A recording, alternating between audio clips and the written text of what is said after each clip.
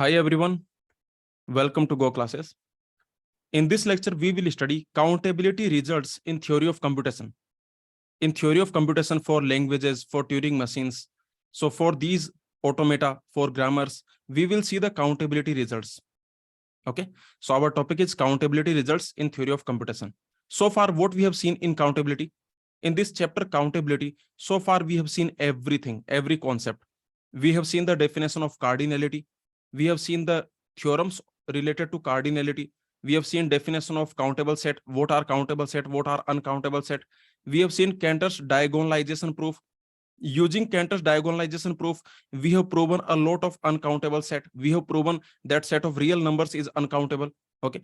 Next, we have seen three definitions of countability. We have seen definition 1, definition 2, definition 3. I told you the third definition, definition number 3, that is very easy. Next, we have seen theorems for countable set, like union of countable set, intersection of countable set, Cartesian product of countable set, like this. Okay. Next, we have seen Cantor's theorem and its consequences. We have seen what is a Cantor theorem and what are the consequences of Cantor theorem. So you can see all these concepts we have seen so far. Okay, with proof. Every concept we have seen with proof. Okay, so now let's start now. Now in this lecture, we will see countability results in theory of computation. So let's start now. Let's start with this question. Tell me the answer for this question. For any alphabet sigma, sigma star is countable or uncountable? What is sigma star? Sigma star is set of all strings, right? This is set of all finite length strings that you already know. This is set of all finite length strings. Okay, so this is our set of all finite length strings. This is your sigma star. So for any alphabet sigma, what is sigma star? Sigma star is countable. Okay, this we have already seen that sigma star is countable. Whatever sigma you take, whatever alphabet sigma you take, then set of all strings, set of all finite length strings, that will be countable. Can you prove it? Can you prove it? Prove that for any alphabet sigma, whatever alphabet you take, unary, binary, whatever alphabet you take, can you prove that this sigma star is countable? Remember, what any alphabet you can take, any alphabet. For example, if you take this alphabet, okay, whatever alphabet you take, you can take, for example, you can take this alphabet also. Okay, whatever alphabet you take. So remember, whatever alphabet you take, this is sigma star. This is your set of strings. This is your set of all strings. Okay, this is the set of all strings. So this set of all strings, by default, you know, finite length strings, right? Okay, this is your finite length strings. So you can see that set of all finite length strings, that is countable. Can you prove it? Can you prove it? Yes, we can prove it very easily. We can prove it using the definition number 3. Okay, so sigma star is countable for every sigma. For every sigma, you can see sigma star is countable, okay. And the proof, you can prove it using definition number 3. What are the proof? Let's see. Using definition number 3, you can apply the definition number 3 of countable set. Using definition 3 of countable set. Okay, so you can apply the definition number 3 of countable set. What will happen? Very easily you can see that in this definition, what we do, this is your set of natural numbers. This is the set of natural numbers like 1, 2, 3, 4, 5, and so on. This is the set of natural number, and this is your sigma star. This is the sigma star. This is your set of strings. Okay, so using definition 3, how can you prove that sigma star is countable? In this definition 3, what we will do? In this definition 3, what we do in this definition 3? In this definition 3, we do this, that to every element. In this definition 3, I told you what we do. To every element, means to every natural number, what we allow, what we assign to every natural number. To every natural number, we assign a finite subset. Okay, finite set of elements. Finite set of elements, right? This is what we do. To every, remember, to every n, we assign, to every natural number, we assign a finite set of elements which covers, okay, such that which covers every element, right? Something like this. Okay, so this is your definition 3. Okay, this is your definition 3. For example, for any set S, what we do for any set S, this is what we do, that for to every natural number, whatever set you take, see, whatever set you take, if you want to prove S is countable, if you want to prove S is countable, to prove S is countable, okay, what we do, to every natural number, we assign a finite set of elements which covers every element of S. This is what we do. This is the definition number 3. Now, using this definition number 3, you can prove that this sigma star is countable. How will you prove that sigma star is countable? So, what you can do, to this 2, what you will assign? To this 2, what you will assign? You will assign all the 2 length strings, right? Yes or no?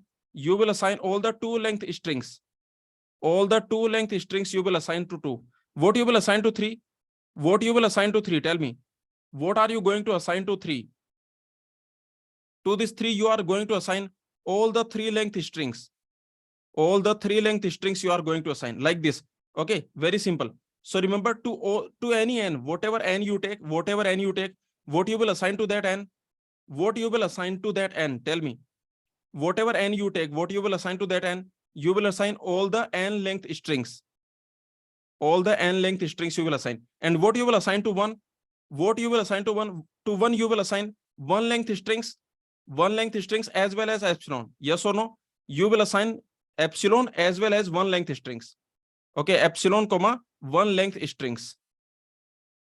1 length strings. So this is what you will do. Agree? Now you can notice, if you do like this, every string of sigma star is covered. Yes or no? Okay, and you can notice this is finite set. You can notice this is a finite set. How many 2 length strings are there? How many 2 length strings are there? This is a finite set. You can see this is the size. This is the size. How many 3 length strings are there? How many 3 length strings are there? This is also finite set. Okay, and what is the size? The size is cardinality of sigma power 3 size. This is the size, and so on. So this is how you can prove. I hope you understood. So you can notice, to every natural number, we are assigning a finite set of elements. Whatever natural number you take, to every natural number, we are assigning a finite set of elements, and we are covering every element of sigma star. You can notice every element of sigma star is covered. Okay, you can notice every element of sigma star we have covered. So that is the reason I can say that this sigma star is countable. Yes or no? So hence proved. Okay, so hence proved, using, I can say, using definition 3, hence proved.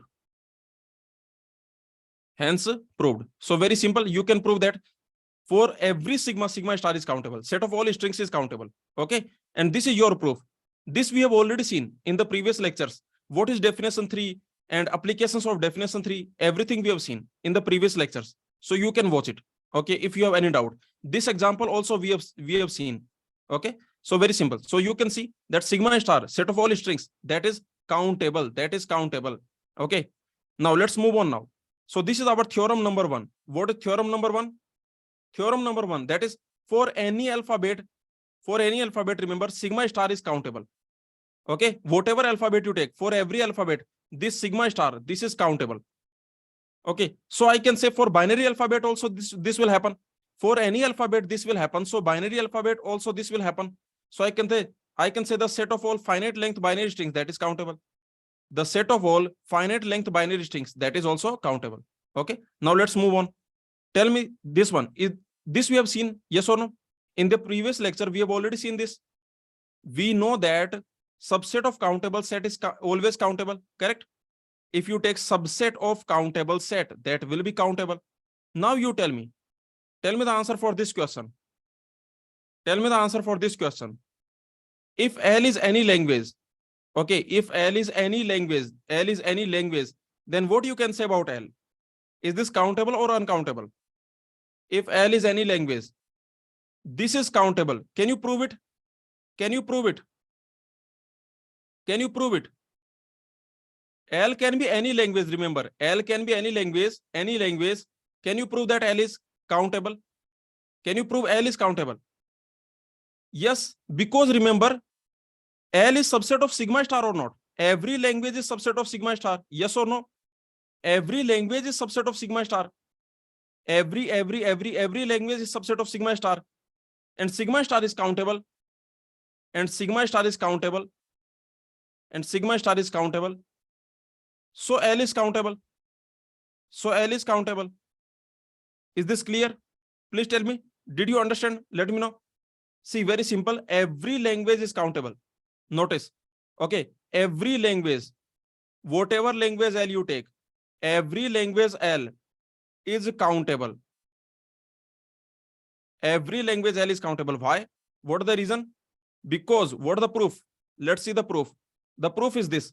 You know that every language L is subset of sigma star. Every language L is subset of sigma star. This you already know. Every language L that is subset of sigma star. So remember, L is subset of sigma star. And you know that sigma star is countable. We already know sigma star, that is set of all strings. This is set of all strings. This is countable. So from here, you can easily notice that subset of countable set is countable. Subset of countable set is countable. So L is countable. So every language is countable. Remember, every language is countable. Every language, whatever language you take. For example, you can take this language, A power n, B power n. Is this countable? Is this countable? Remember, every language is countable. Every language is countable. Is this countable? Yes, this is countable. Remember, whatever language you take, that will be countable. For example, this language you can take. This is also countable. You can take whatever language you want. For example, you can take this WW. This language WW you can take, where W belongs to 0, 1 whole star. You can take this language also. This is also countable. Is this clear? Remember, every language is countable. Whatever language you take, that is countable. Is this clear? Any language you take, that will be countable. Whatever language. For example, you can take this language like ending with A. You can take this language. This language is also countable. All of them are countable. Is this clear? Let me know. So this point, every language is countable. Is this clear? Because every language is subset of sigma star. Okay. Whatever language you take, that language will be subset of sigma star. So every language is countable. Whatever language you take. For example, you can take halting language, halting problem of Turing machine, halting problem of Turing machine. That is also countable. Okay. This language you can take. For example, you can take this language where M is Turing machine. Where M is Turing machine. And okay, for example, where you can take this language, halting problem of Turing machine, M, W, M, W, where M is Turing machine, W is a string, and M halts on W. And M halts on W. Yes. See, this is a language or not? You just tell me. This is a language. This is a language. You know, this is a string. You know, this is a string, or I can say this is encoding. You know, this is a string. Language is set of strings. Language is set of strings. So you can notice this is a language because language is set of strings. This is a language. This is a language. Remember, language is nothing but, what is a language? Language is set of strings. What is a language? Language is set of strings. This is set of strings. Okay, yes or no? Or I can say like this, that language is subset of sigma star. It is a subset of sigma star. Sigma star is countable. So every language is countable. So this language is also countable. Remember, every language is countable. Whatever language you take, that will be countable. Okay. So this is a simple point. Every language is countable. Any language you take, that will be countable. Tell me the answer for this question. If you take regular language, if L is a regular language, is that countable? If L is regular language, is that countable? Yes. Why? Because every language is countable. Because every language is countable. Remember. Okay. Because every language is countable. Regular, non-regular, CFL, non-CFL. Okay. Decidable, undecidable. Remember, every language is countable. Every language is countable. Is this clear? Okay. Because every language is countable. So if L is regular language, that is also countable. No problem. Tell me the answer for this question. If L is a not RE language, L is not RE language, not recursive enumerable. Not RE means not recursive enumerable. These are the unrecognizable languages. Unrecognizable. If L is not RE, is this countable or not?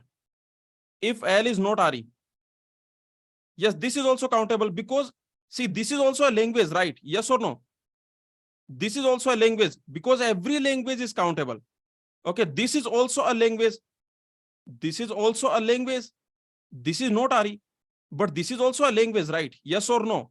Of course, this is not RE. I know this is not RE, but this is also a language, and every language is countable because every language is subset of sigma star. Every language is countable because whatever language you take, that will be subset of sigma star. So remember, every not RE language is also countable. You can take any not RE language, that is also countable. Okay, for example, you can see these are the regular languages. These are your regular languages. These are your context-free languages. These are your recursive languages, or I can say decidable. And these are your recursive enumerable languages. Okay, these are the recursive enumerable languages. Now you can see, you can take whatever language you take. See, any language you take. If you take some language here, that also will be countable, because every language is countable. Remember, every language, you can take any language anywhere. Okay, you can take any language anywhere. If you take some language here, okay, that is also countable. If you take some language here, that is also countable. If you take some language here, that is also countable. Okay, if you take some language here, if you take some language, let's assume you take some language here, that is also countable. Okay, yes or no? Whatever language you take, if you take some language here, that is also countable.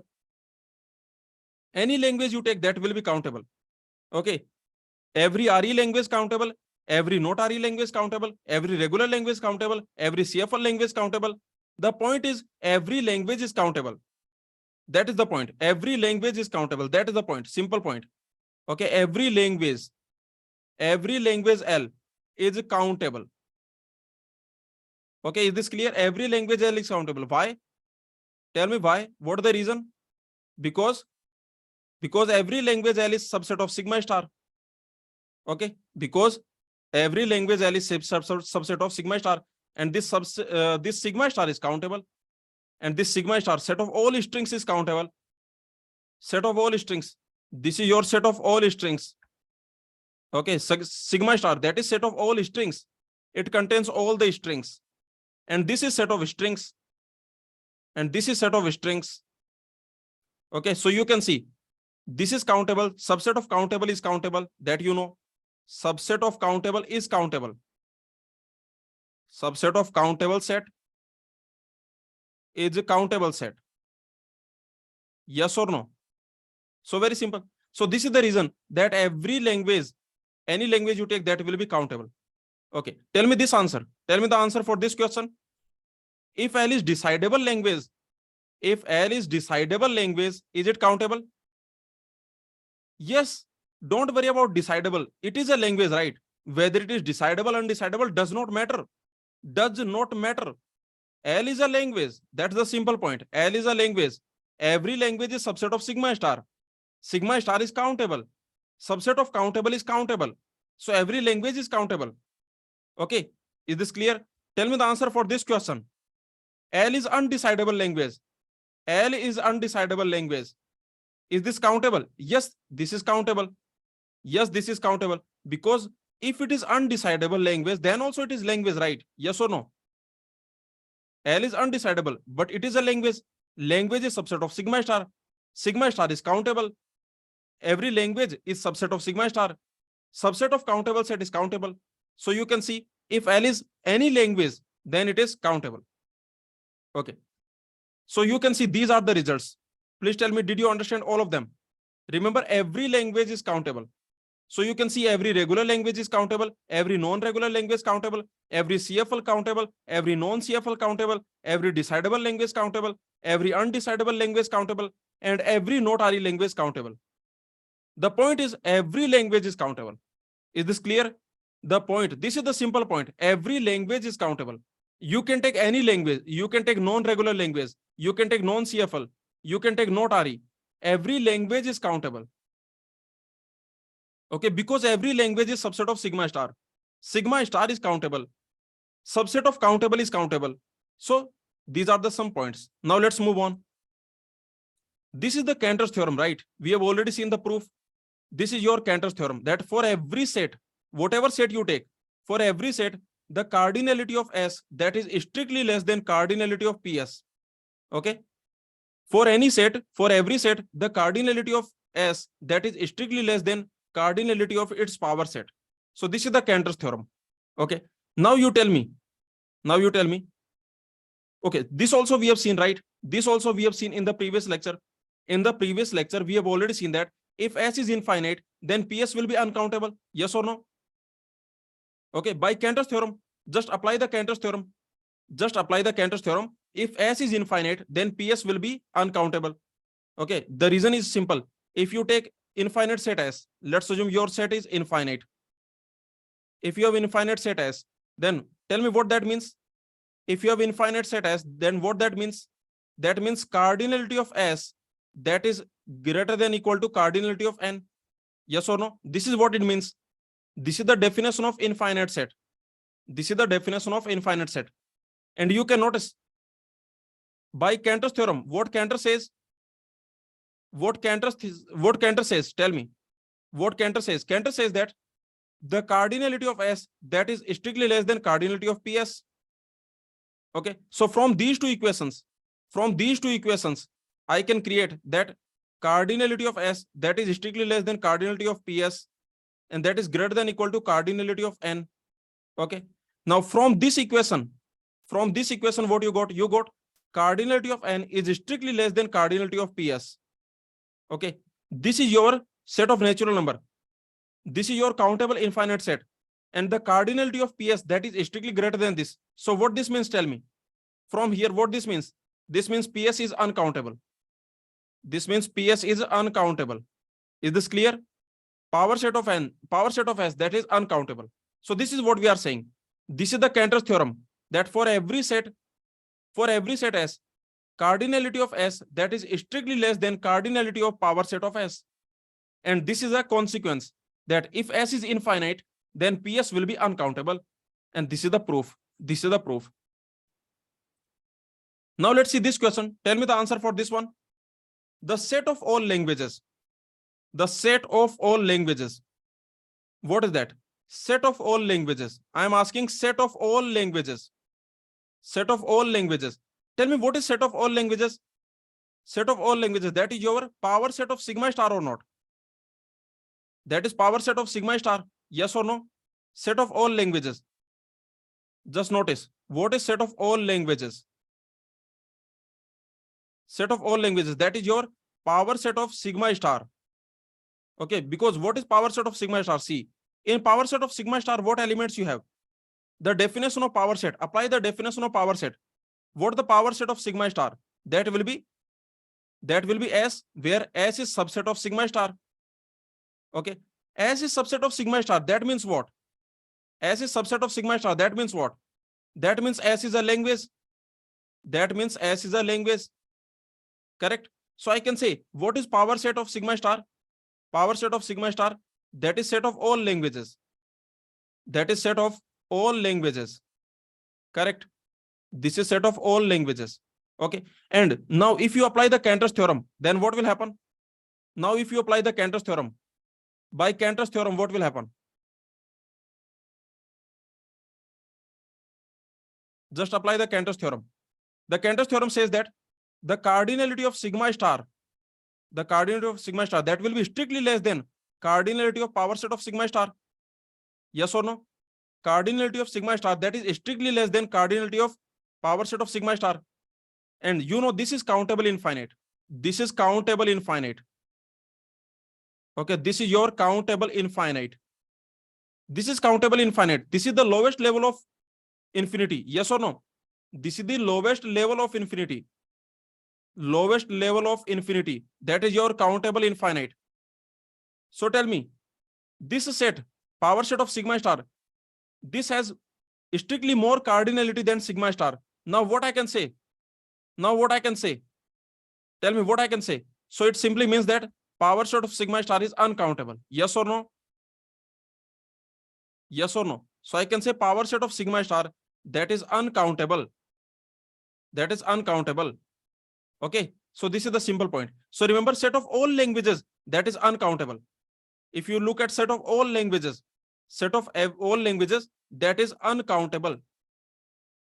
Okay. Is this clear? Set of all languages that is uncountable. I hope you understood. So you can take set of, first of all, you understand this. Again, I'm telling you, you understand set of all languages. Okay, set of all languages, that is power set of sigma star. Power set of sigma star, that is uncountable by Cantor's theorem. You can apply the Cantor's theorem. So power set of sigma star, that is uncountable. Okay. Understand the difference between these two. Look at the difference between these two. Can you understand? See, I told you every language is countable. I told you every language is countable. This I told you. And I am telling you set of all languages is uncountable. Okay. Means every language is countable, but set of all languages is uncountable. Is this clear? Understand the difference between between language and set of all languages. This difference you understand. Are you understanding this difference? Look at this difference. A language and set of all languages. Tell me, when I say a language, that means what? This is subset of sigma star, right? This is set of strings. Yes or no? This is set of strings. And this is set of all languages. Yes or no? This is set of all languages. See, understand the difference. Understand the difference. When I say a language, that is subset of sigma star. A language, that is subset of sigma star. And that is your set of strings. Every language is set of strings. But this is set of all languages. This is set of all languages. This is your power set of sigma star. Okay, so understand the difference. So when I say a language, that means what? That is set of strings. That is set of strings. For example, you consider this language like a power n, b power n is greater than or equal to 0. This is set of strings, right? Yes or no? Is this clear? This is set of strings. In this you have strings. For example, you have empty string, you have this string, you have a square, b square, this string, and so on. So this is set of strings. So because this is set of strings, so this is countable. So this is countable. But what about set of all all languages?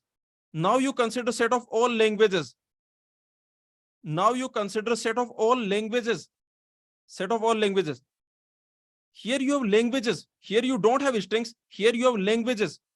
For example, this language is also here. For example, this L1 is also here. Yes or no? This L1 is also here. You have this language. This is a language, right? This is a language. This WW, this is a language. Yes or no? Halting problem of Turing machine, that is a language. Correct? Ending with A, that is a language. Okay, ending with A. Ending with A, that is a language. Is this clear? Tell me. For example, this is a language, and so on. So remember, this is your set of languages. Set of all languages, that is your power set of sigma star. This is power set of sigma star. Okay? This is your power set of sigma star. So this is the difference. Did you understand the difference? A language and set of all languages.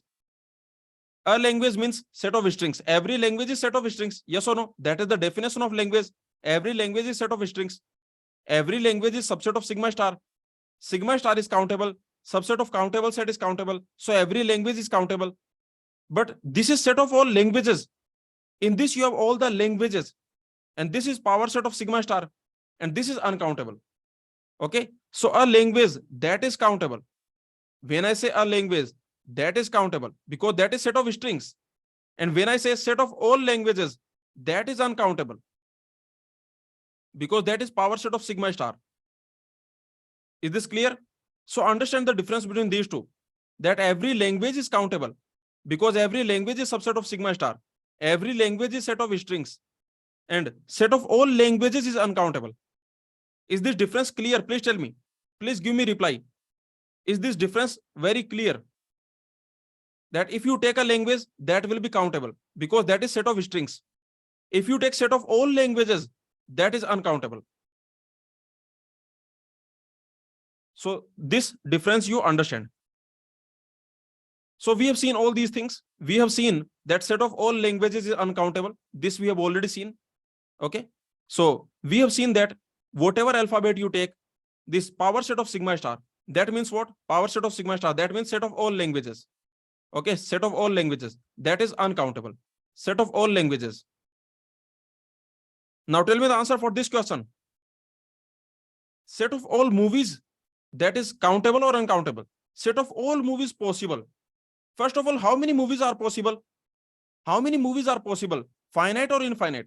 First you tell me, finite or infinite. You just tell me. My first question is, how many movies are possible? Finite or infinite? How many movies are possible? Finite or infinite? How many movies are possible? Infinite, yes or no? Keep creating, keep creating, keep creating. Yes or no? Just keep creating the movies, no problem. Infinite number of movies are possible, right? See, if you are saying, see, some of you are saying that finite number of movies are possible. See, if you are thinking finite number of movies are possible, and you, let's assume 100 movies are possible, then I will create one more. Yes or no? Yes or no? I will create one more. Keep creating, keep creating. Just like natural numbers, just like natural numbers, just keep adding one. In the natural numbers also the same thing happens, right? 1, 2, 3. Keep adding plus one, plus one, plus one, plus one. Keep adding. So remember, how many movies are possible? You can create, for example, you can create 3-hour movie, 4-hour movie, 10-hour movie, 2 days movie, 1 year movie. Let's assume you have created a movie which goes on for 1 year.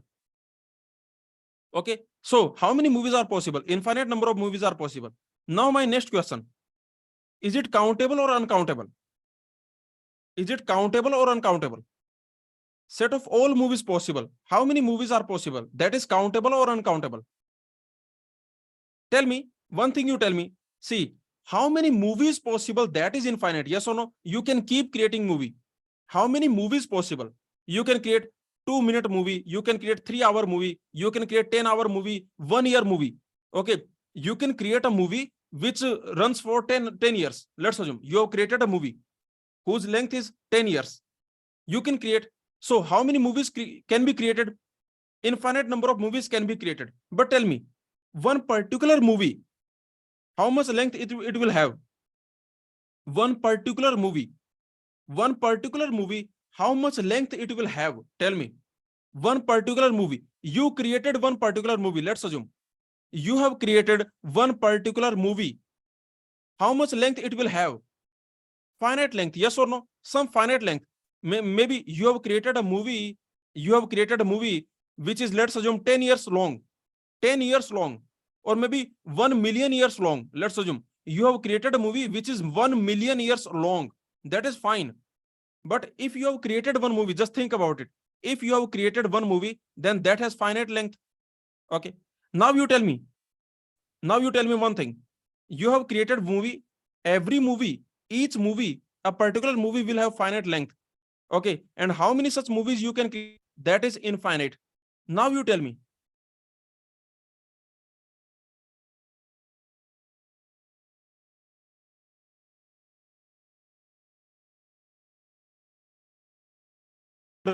It you can convert into a string, yes or no?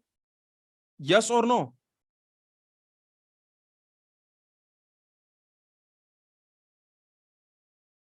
Tell me. See, very simple point I'm asking. See, whatever movie you create, whatever, let's assume you have created a movie. Whatever movie you create, whatever movie you create, ultimately, what we can do, we can convert into a string or not. When you store it in the computer, what it will become? Is my audio clear now? Is the lagging still lagging? Is there lagging? Okay. So tell me now. Tell me. Whatever movie you take, when you store it in your computer, when you store this in the computer, then what will happen? You can convert into a string. Ultimately, this is a string, yes or no? Ultimately, this is a binary string, agree or not? Every movie, ultimately, that is a binary string.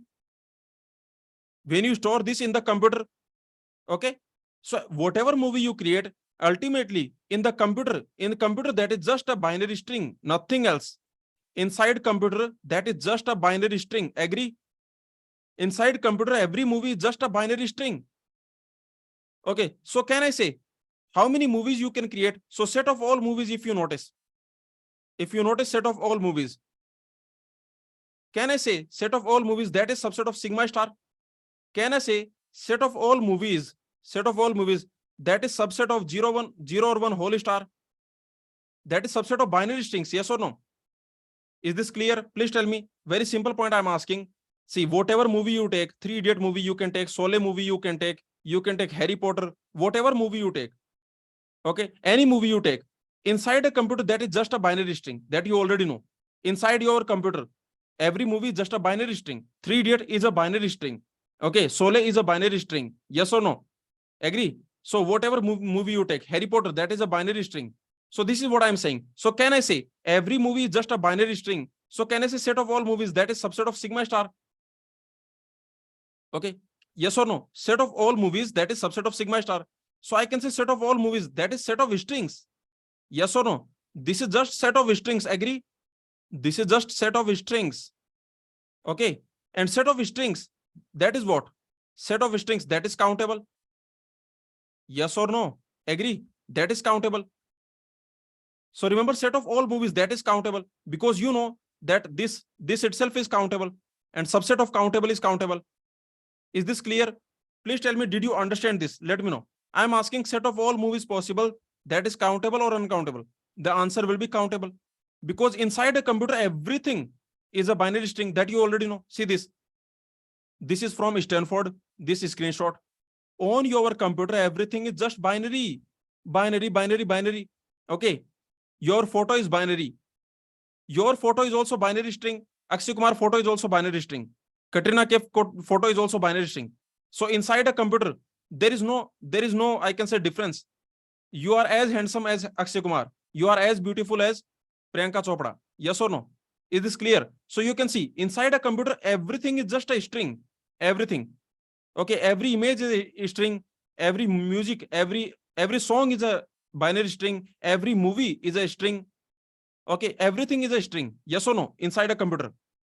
Is this clear? For example, this photo. Inside a computer, this photo will be given as what? See, inside a computer, what is this photo? When you store this photo inside a computer, then what will happen? This will be the photo. You can see. Inside a computer, this is the cat. Inside the computer, this is the cat. Is this clear? Let me know. So very simple point. Inside the computer, everything is a string. This is your photo, maybe. Okay, this is your cat's photo. So very simple point. So finally, I am saying that inside a computer, everything is a binary string. Okay, so what is set of all? So finally, you tell me, what is set of all movies? So set of all movies, what that will be? Set of all movies. Can I say this is set of strings? Just tell me this point. Can I say this is set of binary strings? Agree or not? Yes or no? Set of all movies, that is set of binary strings. That is set of binary strings. That is set of binary strings. And set of binary strings, that is countable. That is countable. I can also say that this is subset of. This is subset of what? This is subset of 0 or 1 whole star. Okay. Is this clear? This is subset of 0 or 1 whole star. Remember, 0 or 1 whole star, that is sigma star. Sigma star is countable. Subset of countable is countable. Okay, so this is your sigma star. This is your sigma star. Sigma star is countable. Subset of countable set is countable. So I can say set of all movies that is countable. Is this understood? Very simple explanation. Because every movie is a binary string. So set of all movies, that is nothing but set of binary strings. That is subset of sigma star. Yes or no? And that is countable. Simple. Now let's move on. Tell me the answer. Okay, this we have already seen, set of all movies. So the final answer will be countable. Tell me the answer for this question. Set of all DFAs. Let me know the answer for this question. Deterministic finite automata. Set of all DFAs. Deterministic finite automata. Set of all DFAs. Again, this is countable. Why? Why? Because every DFA you can convert into a string. Yes or no? We have already seen encoding of DFA. See, every DFA, whatever DFA you take, you can convert that into a string. Every DFA, see, every DFA, whatever DFA you take, every DFA can be encoded as a string. Can be encoded as a string. As a string. Agree? Whatever DFA you take, every DFA you take, that can be encoded as a string, as a binary string, or I can say like this, as a binary string. Okay. So Inside your computer, if you store a graph, see, every DFA is just a graph. Yes or no? Agree? If you look at DFA, this is just a graph. This is just like a directed graph. It is like a directed labeled graph. Yes or no? This is like directed labeled graph. Every DFA, that is just similar to directed labeled graph. So in a computer, if you store it inside computer, what it will look like? Tell me. Inside computer, can you store this directed labeled graph? This graph can you store inside the computer? Inside the computer, this is just a binary string. Inside the computer, this is just a binary string. So can I say every DFA, if you look at any DFA, that is just a binary string. So set of DFAs, what is that? Set of all DFAs. Set of all DFAs. Can I say set of all DFAs? That is same as set of strings. Set of strings, set of binary strings. Set of binary strings. Because every DFA is just a binary string.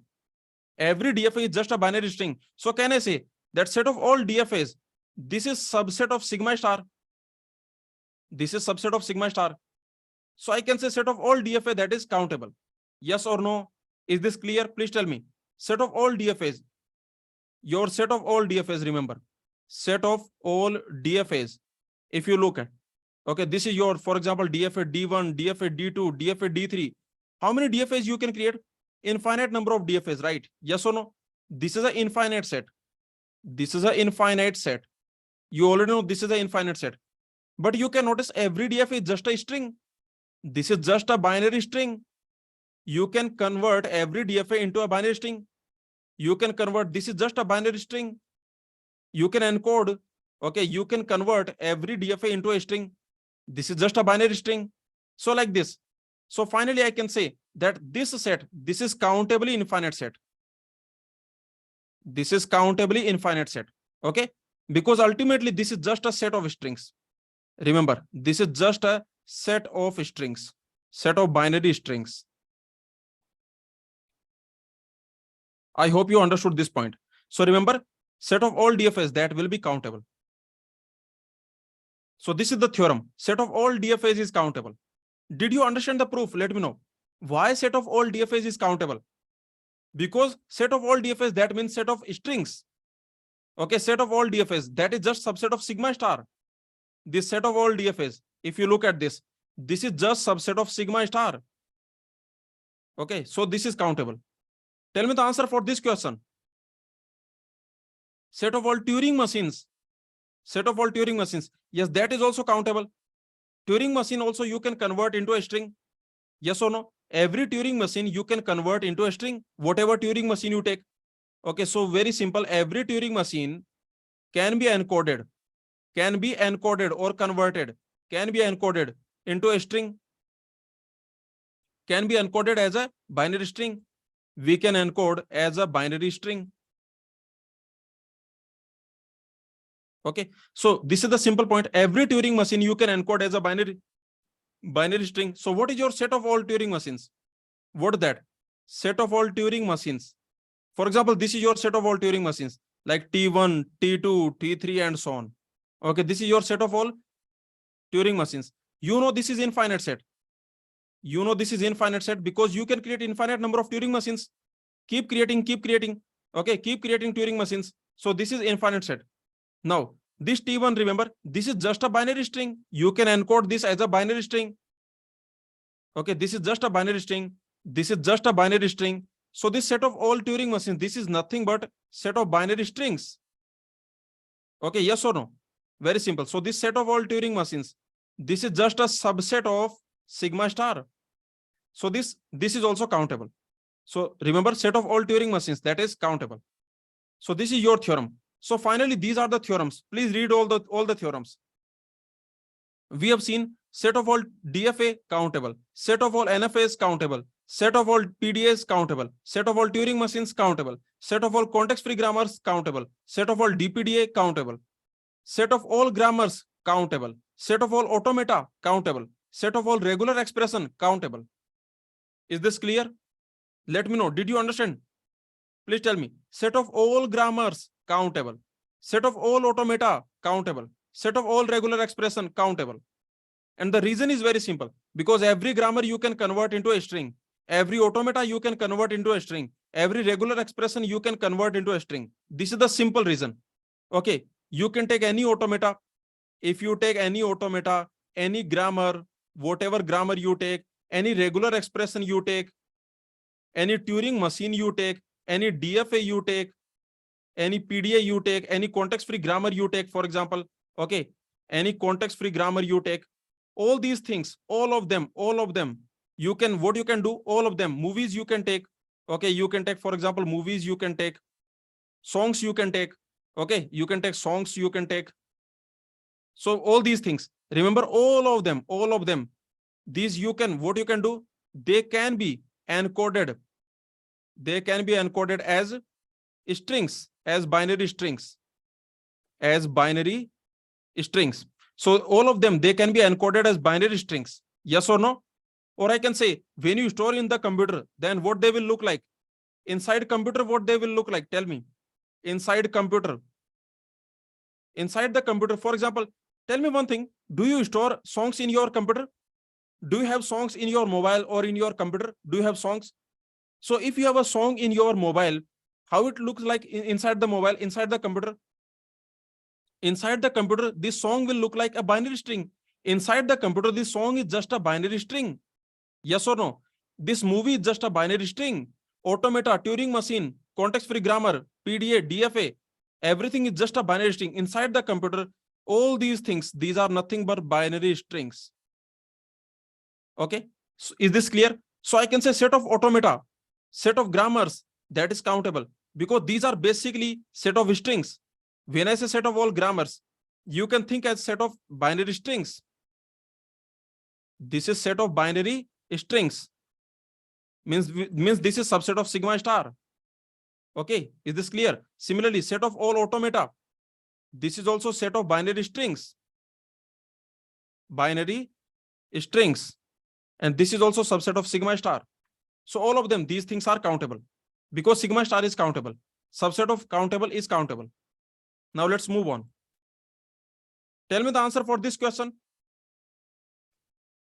Set of strings which do not represent a Turing machine.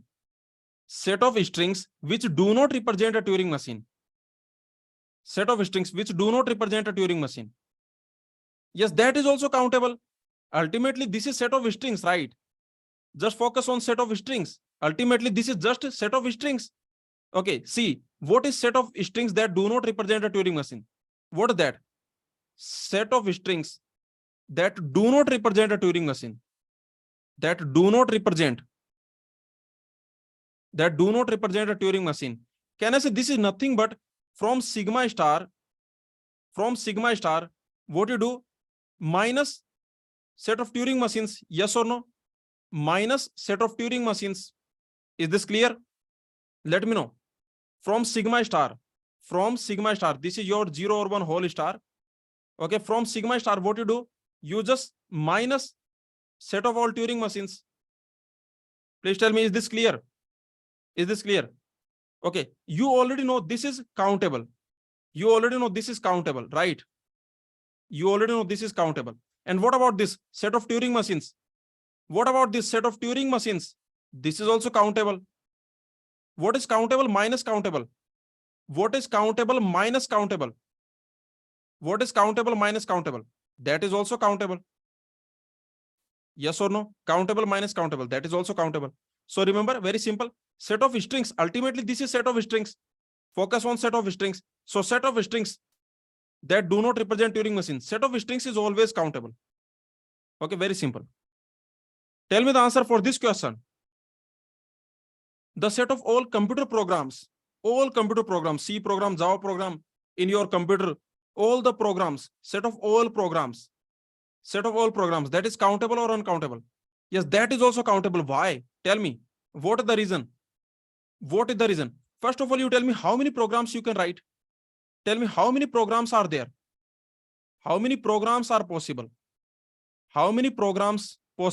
You just tell me simple question. Set of all programs. How many programs are possible? Infinite, right? Yes or no? Infinite number of programs are possible. You can keep writing. Okay, keep writing the programs. in your favorite language, C language, Java language, C++, Python, whatever language you use. So how many programs are possible? That is infinite. But tell me, a particular program, what is the length of a particular program? Whatever program you take, length of a particular program, what that will be? Length of a particular program. Length of a particular program, that will always be finite.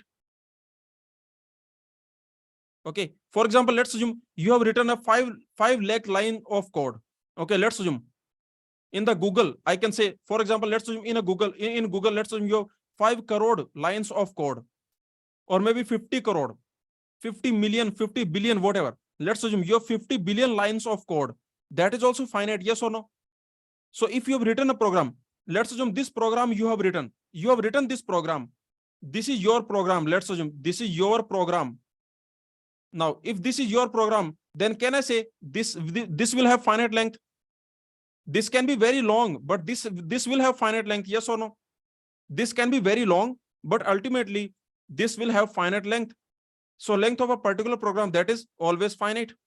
Now you tell me, in your computer, when you store your program, when you run the program, that is just a string or not?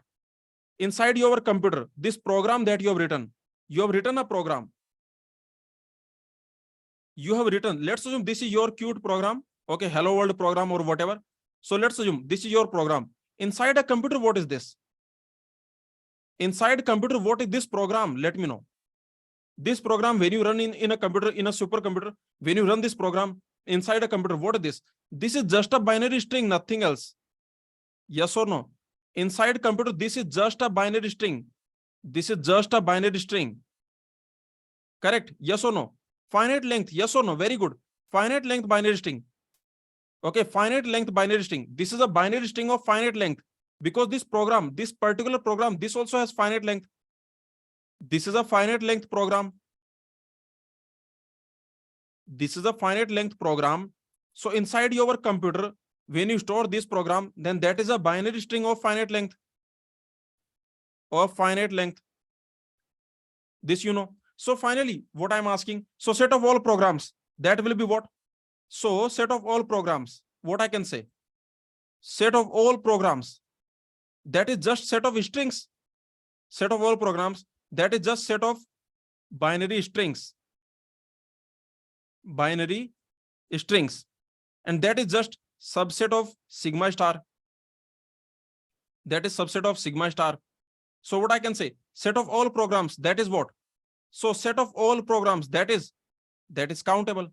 Set of all programs, that is countable. Is this clear? Set of all programs, that is countable.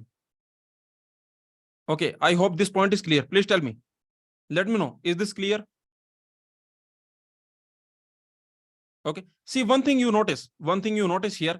If you look at all these things, see, if you look at songs, if you look at movies, if you look at your Turing machine, if you look at DFA, if you look at context-free grammar, okay, if you look at, for example, program, if you look at all these things, for example, program,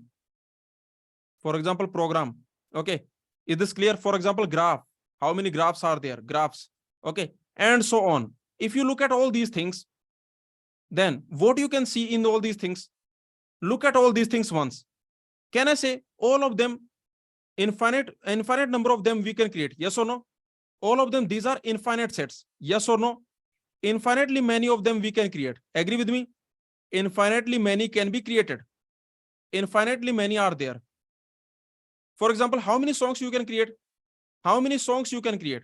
Infinitely many songs you can create. You can keep creating.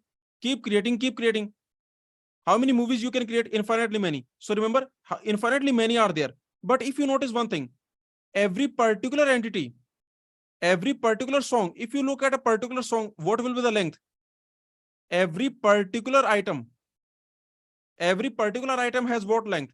For example, if you look at a particular movie, if you look at a particular program, look at particular context-free grammar. Tell me, if I give you a context-free grammar, the length of every context-free grammar, that is finite. Yes or no? Yes or no? Length of every context-free grammar. I give you context-free grammar.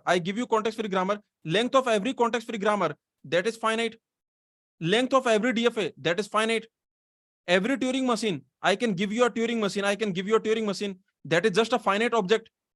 That is just a finite object. So can you notice every particular item is just a finite object? It's just a finite object. Yes or no? Okay, correct. So infinitely many Turing machines you can create. Remember, number of Turing machines, that is infinite. How many Turing machines you can create, that is infinite. But every particular item, that is just a finite object. So can you notice that is the reason? That is the reason. So set of them, if you take set of them, that will be what? So set of them, that is countable. Yes or no?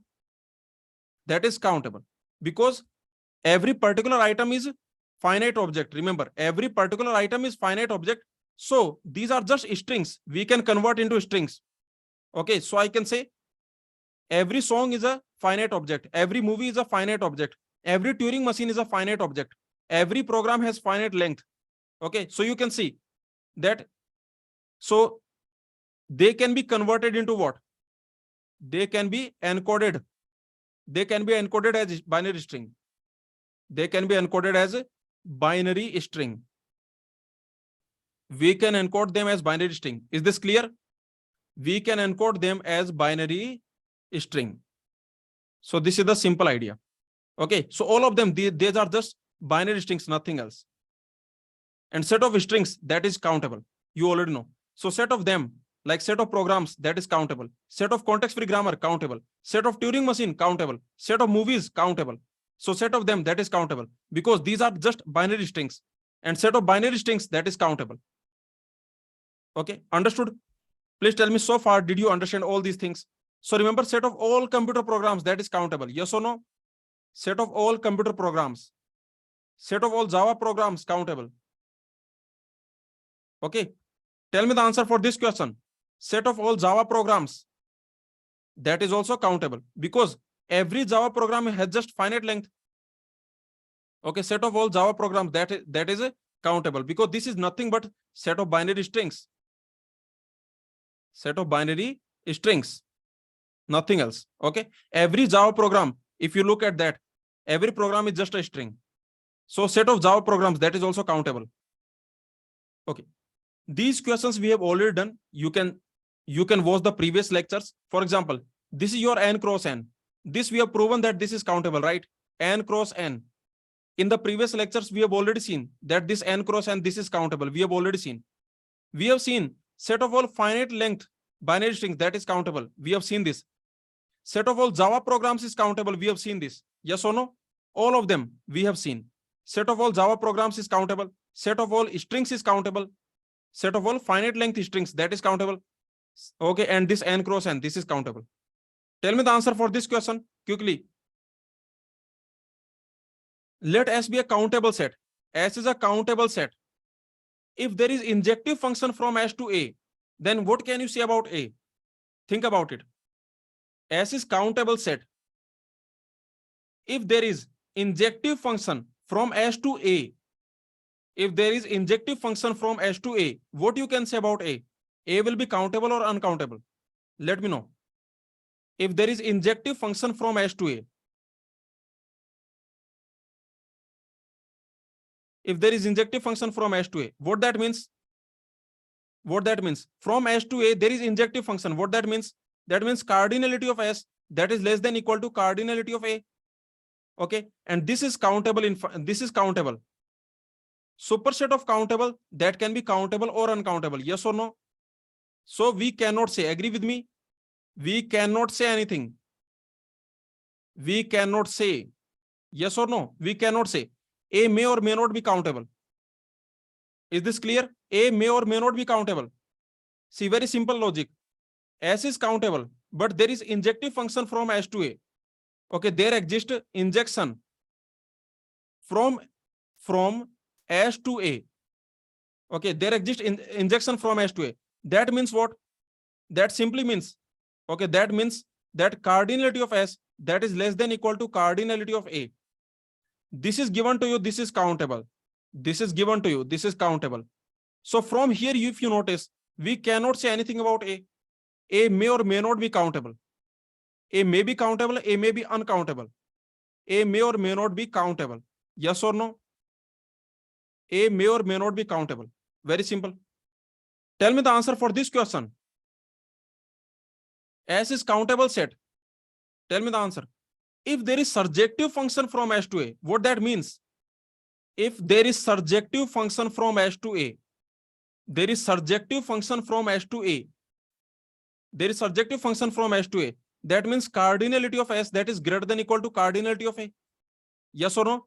Cardinality of S that is greater than equal to cardinality of A. And this is countable. This is countable. So what will be A? So A also will be countable. Yes or no? So A will be countable. Is this clear? See, there is surjective function from S to A.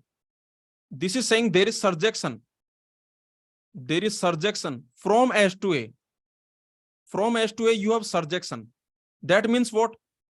Because you have surjection from S to A. Okay, this is your set S. This is your set A. Basically, you have surjection. Surjection means you can cover. Surjection means you can cover all the elements. Okay, you can cover all the elements. Surjection means this. You can cover all the elements of S. Surjection means this. So what it means? It means cardinality of S that is greater than equal to cardinality of A. Okay, yes or no? That means cardinality of A that is less than equal to cardinality of S, and this is countable. This is a countable. Remember, this is countable. And the cardinality of A that is less than equal to cardinality of S. So what that means? So what that means? So A is countable. Yes or no? So A also will be countable. Correct or not? Please tell me. So A also will be countable. Very simple. So here I can say answer will be countable. Understood? So remember this point. Please remember this point. If there is surjection from countable set to set A, then set A will be countable. Is this clear? Let me know. So this is the result. Please remember this. If S is countable set, S is countable set. If there is surjection from S to A, if there is surjection from countable set to set A, then A will be countable. Is this clear? What we are saying? We are saying if there exists surjection, from where to where? If there exists surjection F from countable set to set A, from countable set to set A, then what will happen? Then this set A will be countable. Is this clear? Then this set A will be countable set. Let me know. This is important. Is this understood? Let me know. Understood? If there is surjection, if you can create a surjection, from countable set to A, then A will be countable set. Okay, very simple. Now, tell me the answer for this question. Tell me the answer for this question. Does there exist a surjective function from set of regular languages to set of DFAs? Does there exist a surjective function from set of regular languages to set of DFAs? Can you create a surjective function? Can you create a surjective function? The answer is yes. Can you create a surjective function from regular languages to DFAs? Remember, this is your regular languages. This is the set of regular languages. This is the set of regular languages. And this is the set of DFAs. This is the set of DFAs. Can you create a surjection? I want a surjection. Can you create a surjection? Just give me surjection. See, you already know this is countable, right? You already know this is countable. Agree with me? You already know this is countable set. Yes or no? This is countable set, that you already agree. Yes or no? This set is countable. This we have already seen. Set of DFA. That is your countable. And this is your set of all regular languages. And this is your set of all DFAs. So tell me, can you create a surjection? Yes, of course. Because see, for every DFA, there is a language. Yes or no? There is a language. Tell me, for this language, how many DFAs can be there? There can be more, right? See, there can be more. I don't care. Okay, for this language, there can, how many For this regular language, this is a regular language, how many DFS will be there? Tell me. This is a regular language, how many DFS will be there? For every regular language, there are infinite number of DFS that you already know. You already know for every regular language. For every regular language L, there are infinite number of DFS. There are infinite number of DFS. You can keep creating DFS, keep adding unreachable states, keep adding unnecessary states. For every regular language L, there are infinite number of DFS accepting it. Correct? Yes or no? For every regular language L, there are infinite number of DFAs accepting it. What about for one DFA? For a DFA, see, for a regular language L, whatever language L you take, for a regular language L, there are infinite number of DFAs. But for a DFA D, unique language it will accept. Yes or no? Just think about it. For a DFA D accepts a unique language. D accepts a unique regular language, right? A unique regular language. A unique regular language. Correct? Agree? Yes or no? Very simple. So this is the point. For a regular language, there are infinite number of DFAs. You can keep creating the DFAs. But for a DFA, there is a unique regular language. Okay, now let's come to our question. Can you give me a surjection? I want surjective function from set of regular languages to DFAs. This is set of regular languages. L1, L2, L3, L4. This is, for example, this is a regular language. For example, this is a regular language. Yes or no? Okay, this L3, L4, L5, L6, and so on. These are the regular languages. Now tell me, can you give me a surjection? Yes. In this surjection, all you have to do, just map to minimal DFA. Just map to minimal DFA, yes or no? Map L1 to minimal DFA. Okay, map every L to its minimal DFA. Agree? To its minimal DFA. Map every L to its minimal DFA. Just do this. Just do this. Map every language L to its minimal DFA. Now you tell me, for every regular language, how many minimal DFA are there? For a regular language, how many minimal DFAs are there? This is what I'm asking. How many minimal DFAs? How many minimal DFAs? For a regular language. For a regular language, how many minimal DFA? Exactly one minimal DFA, unique minimal DFA, right? Exactly one. Or I can say unique. Yes or no? Or I can say unique. Unique. Agree? For a regular language L, whatever regular language L you take, there is unique minimal DFA. There is exactly one minimal DFA. Okay, yes or no? Very simple. So what I'm saying, this is what I'm saying. Please see, map every language to its minimal DFA. Map this L1 to minimal DFA of L2. Minimal DFA of L2. Correct? Okay. So very simple. This phi you will map to what? This phi you will map to what? This phi you will map to this. Correct? This is the minimal DFA. Is this clear? Please tell me. For example, let's assume L6 is sigma star. This is also regular language. L6, that is sigma star. That is also regular language. You map it to what? You can map it to its minimal DFA. Similarly, you can also map it to minimal DFA. Minimal DFA of this language. So this is what I'm saying. I hope you understood. So tell me, if I do this, is it a surjective function? This function f, is it surjective or not? Just think about it. Is every DFA covered? Is every DFA covered? Is every DFA covered? Let me know. Did we cover every DFA? Did we cover every DFA? If you do this, did we cover every DFA? No, we did not cover every DFA, right? This is not surjective. This f is not surjective. Is this clear? This f is not surjective. Yes, agree or not? See, this f is not surjective. This is what I'm saying. The previous f is not surjective. Is not surjective. The previous f is not surjective. That was injective. That was injective, right?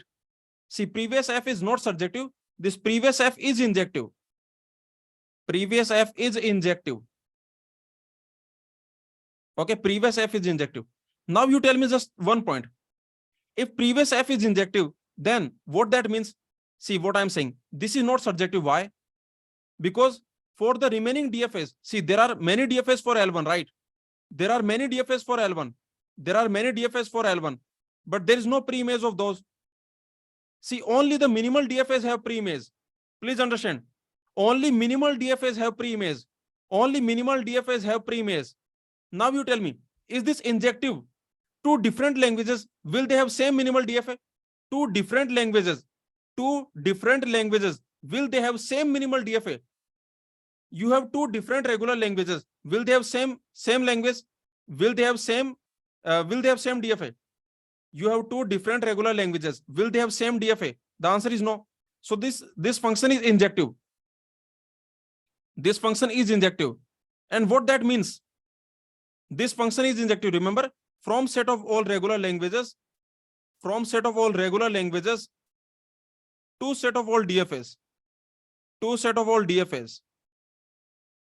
set of all regular languages, okay, to set of all DFAs.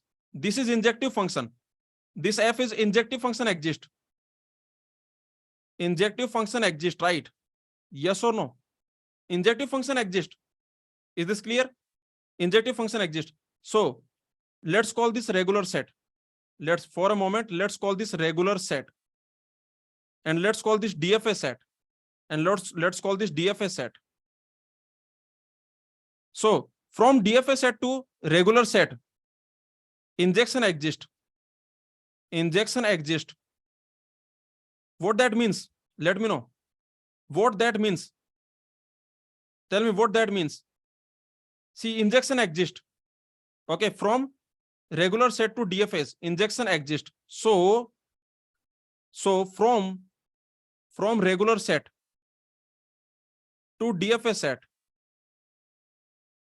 injection exists. Injective function exists.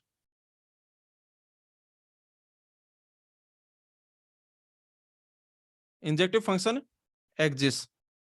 Hence, what I can say? I can say the cardinality of regular set, means set of regular languages, that is less than equal to what? Cardinality of DFA set. Yes or no? Agree? Please tell me. We know what we know. We know this DFA set, this is countable. We know this is countable. And we know this is infinite. We know this is infinite. So tell me, from here, what you can say about the regular set? From here, what you can say about the regular set? Tell me, this is countable. This is countable. And the regular set cardinality is less than DFA set cardinality. So what you can say about the cardinality of regular set? So the regular set. So regular set is countable. Yes or no? So regular set is countable. So regular set is countable. Is this proof clear? Please tell me. Finally, we want to prove that set of regular languages is countable. Okay, so this is the conclusion. That set of regular languages is countable. Is this clear? Please tell me. Set of regular languages. Set of regular languages is countable. Is countable. Is this clear? Let me know. Please tell me. Did you understand this? See, very simple. We have already created. Notice what we did. There exists an injective function from regular set to DFA set. Okay. We have already created this injective function. See, this injective function we have created. Every language we are mapping to minimal DFA. Every language we are mapping to minimal DFA. Okay. If I give you two different regular languages, then their minimal DFA also will be different. Okay. Yes or no? Two different regular languages, their minimal DFA also will be different. So this is injective. This previous F, this mapping that we have given, that is injective. So there is injective mapping from regular set to DFA set. We have injective function from here to here. So I can say that, and this is countable, that you already know. DFA set, that is countable. This is countable. So regular set is also countable. So this regular set, that is also countable, because the cardinality of regular set, that is less than equal to cardinality of DFA set. This is countable, so automatically this will be countable. Yes or no? If this is countable, then this also will be countable. Please tell me, is this clear? Let me know. So finally, I can say that set of regular languages, that is countable. Okay, and this is infinite also. This is infinite also. So this is countably infinite. Yes or no? This is countably infinite. This is countably infinite. So can I say that this regular set cardinality, that is same as DFA set cardinality? Tell me, can I say? Can I say? Yes, that is same as cardinality of natural number. That is same as cardinality of rational number. That is same as cardinality of sigma star. All these things. Because every two countably infinite set, they have same cardinality. That you already know. Yes or no? You already know that every two countably infinite set, every two countably infinite set, they have same cardinality. Every two countably infinite set have same cardinality.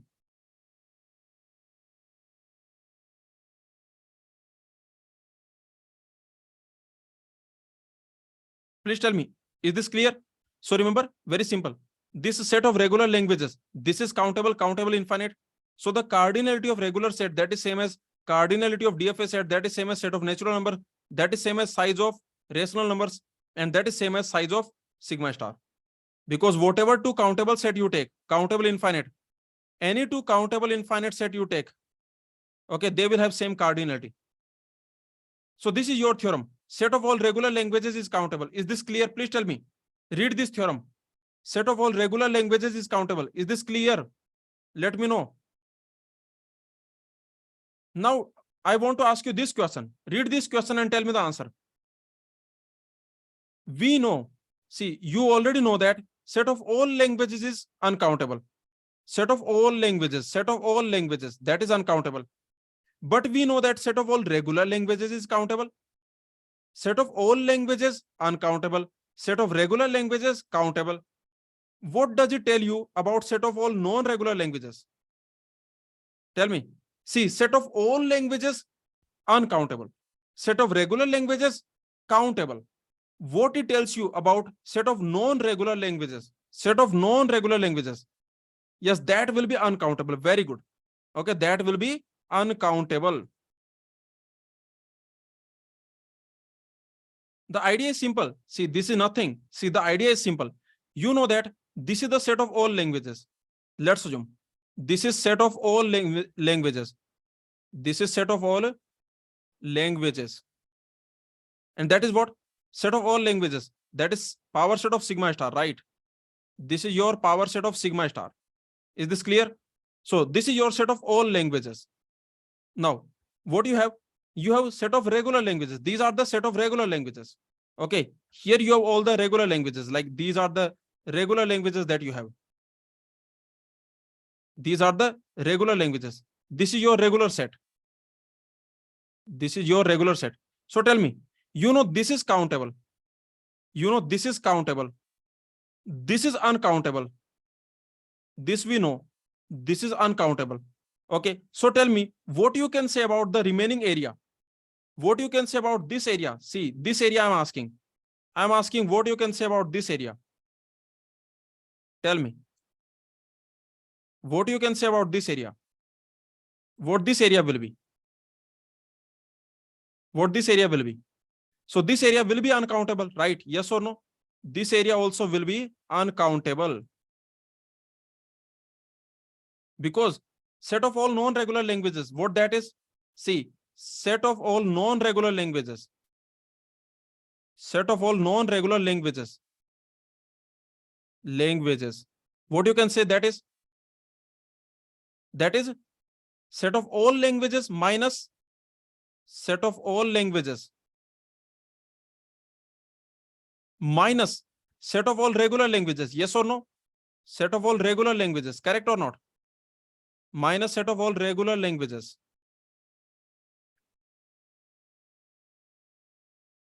Yes or no? Is this clear? See, set of all non-regular languages. Set of all non-regular languages, that will be set of all languages minus set of all regular languages. Now you already know this is uncountable. This is uncountable, that you know. This is your power set of sigma star. This is your power set of sigma star. You know this is uncountable. You know this is countable. We have already seen this is countable. We have already seen this is countable. Tell me, what is uncountable minus countable? What is uncountable minus countable? We have already seen this is uncountable. Uncountable minus countable, that is uncountable. Uncountable minus countable, that is uncountable. So I can say set of all non-regular languages, that is uncountable. Is this clear? Set of all non-regular languages, that is uncountable. So this is a simple point. So remember, this is our next theorem. Our next theorem is set of all regular languages countable, set of all non-regular languages uncountable. Is this understood? Please tell me, is this understood? Let me know. Is this understood? Please tell me. Simple point. Set of all regular languages countable, set of all non-regular languages uncountable. Okay, and this is the proof, because set of all non-regular languages, that is set of all languages minus set of regular languages, this is uncountable, this is countable. Uncountable minus countable is uncountable, that you already know. Uncountable minus countable, uncountable minus countable, that is always uncountable. You can prove it by contradiction. We have all done this. We have already done this in the previous lecture. In the previous lectures, we have seen this. The proof we have seen. You can prove it by contradiction. So this is the result. I hope you understood this. Tell me the answer for this question. Does there exist a surjective function from set of CFLs to set of PDAs? From set of CFLs to set of PDAs. Set of CFLs to set of PDAs.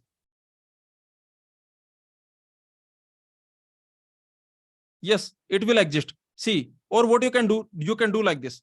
From set of PDAs to set of CFLs. Can you give me a from set of PDAs to set of CFLs? From set of PDAs to set of CFLs. Okay, can you give me a surjective function? Just give me a surjective function. Just give me a surjective function. From set of CFLs to set of PDAs. Give me a surjective function. Anyone? The answer is yes. There exists a surjective function. You can give a surjective function. So these are the set of PDAs. Okay, these are your PDAs. Okay, like P1, P2, P3, and so on. These are the PDAs. These are the CFLs. These are the CFLs. L1, L2, L3, and so on. Now, can you give a surjective function? Yes. See, for this language, this is a CFL language. How many PDAs will be there?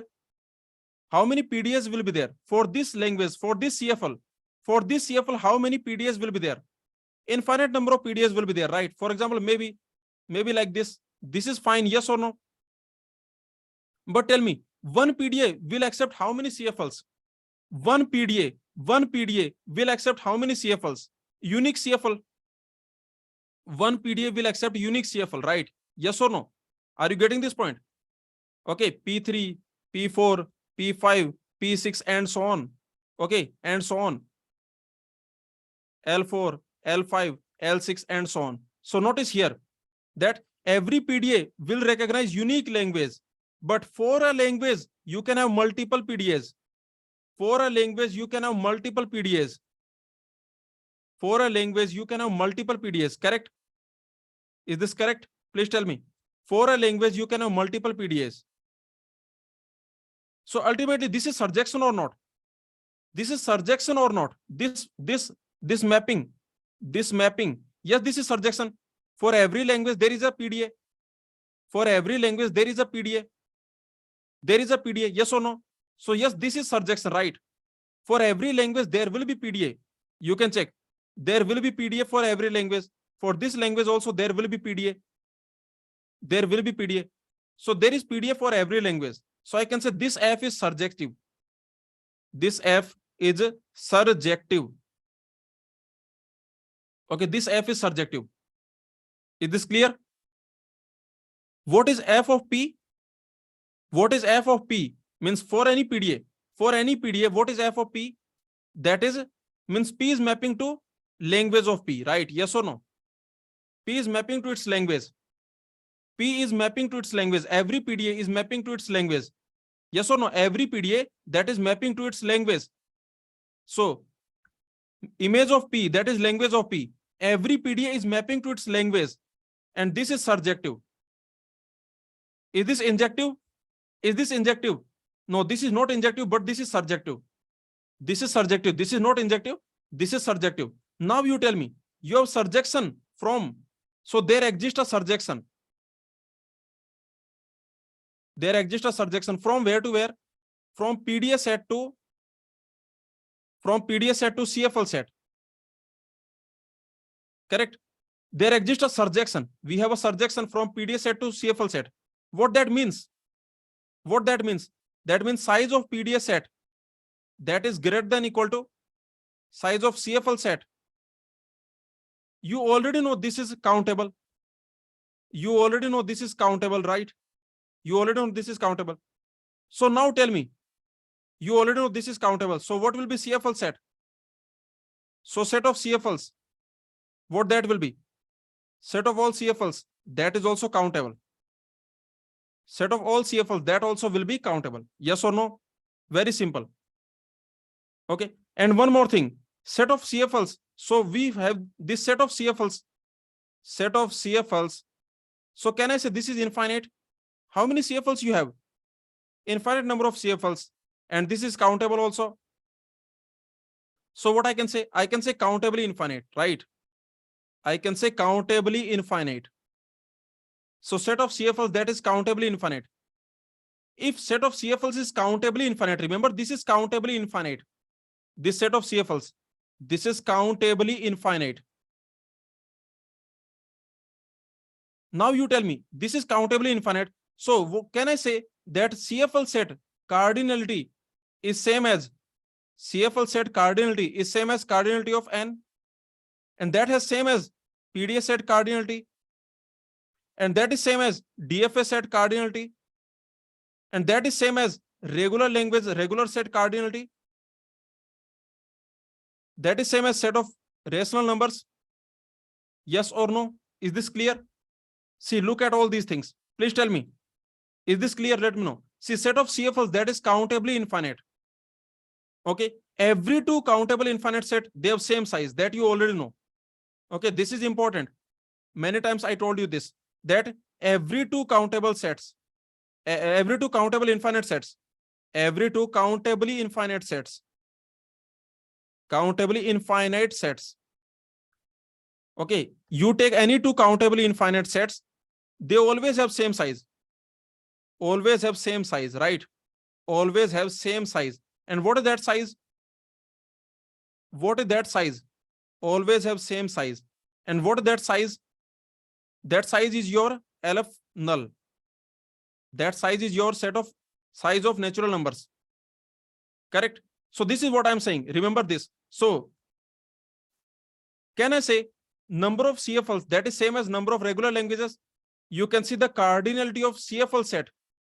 The cardinality of CFL set, that is same as cardinality of regular set, remember. Okay. And that is same as cardinality of PDA set. Okay. All of them are countably infinite. See, this is also countably infinite. This is also countably infinite. This is also countably infinite. This is also countably infinite. All of them, they have same size. Now you tell me one thing. Does there exist surjective function from CFLs to PDA?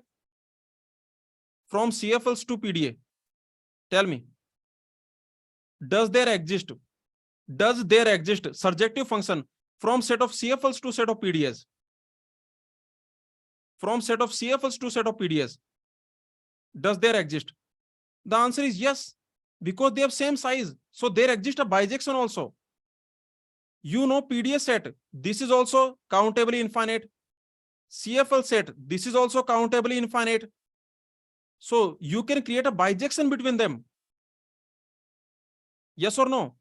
You can create a bijection between them. Please tell me, is this clear? See, we have seen that this PDA set, this is also countably infinite. And this CFL set, this is also countably infinite. So you can create a bijection between them.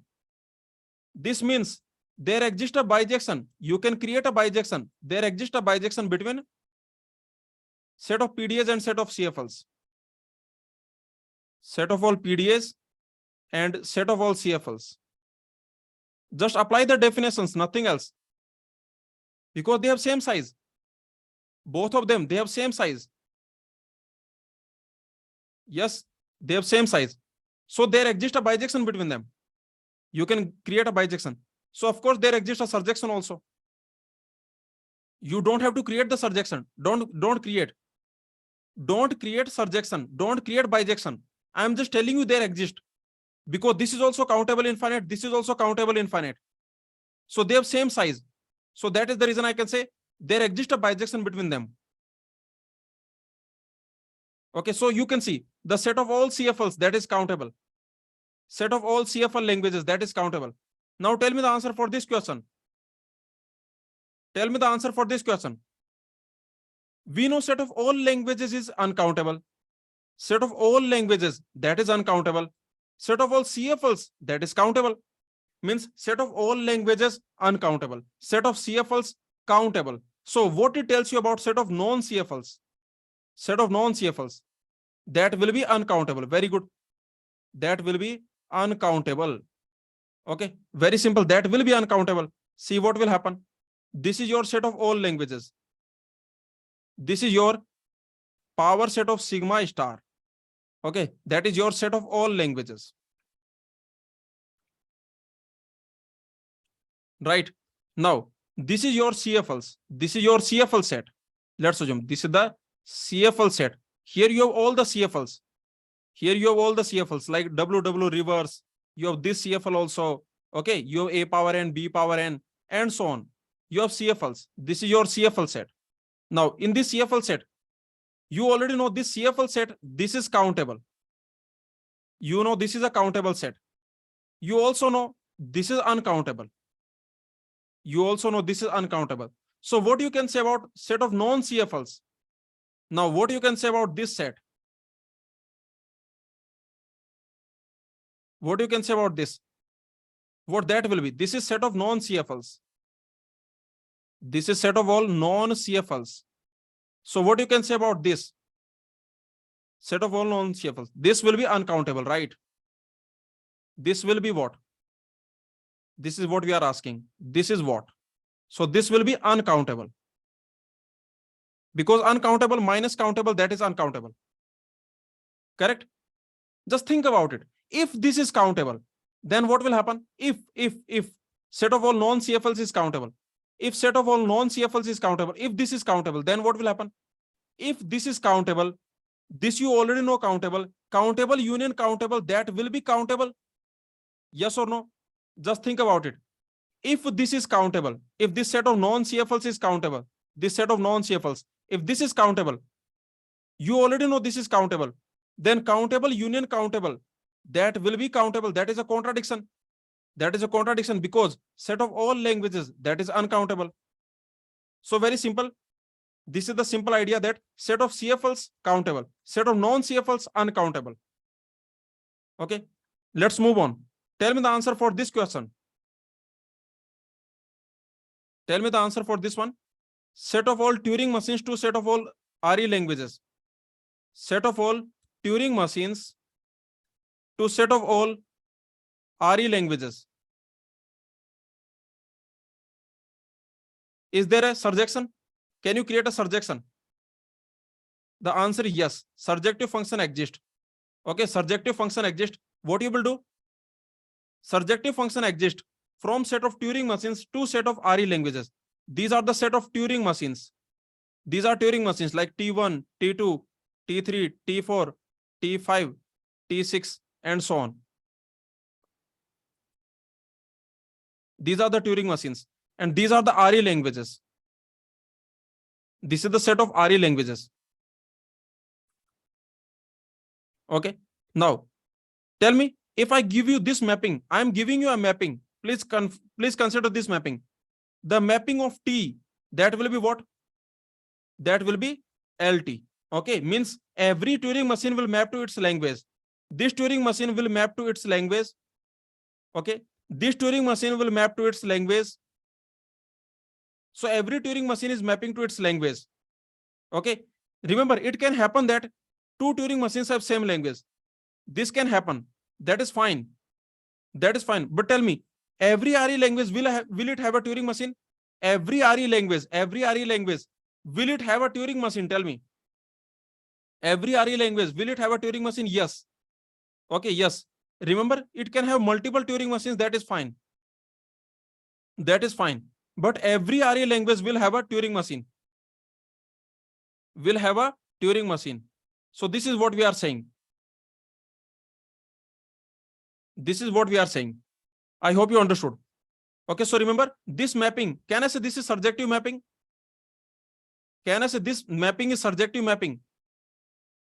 Yes, this mapping is surjective because every RE language will have a pre-maze. Okay, every RE language will have a pre-maze. So this is a surjective mapping. So remember this F, this is surjective. So there exists a surjection. From where to where? From where to where? So there exists a surjection from where to where? Tell me. There exists a surjection from Turing machine set to RE set. Okay. And that means what? You have a surjection from Turing machine set to RE set. That means what? That means size of Turing machine set.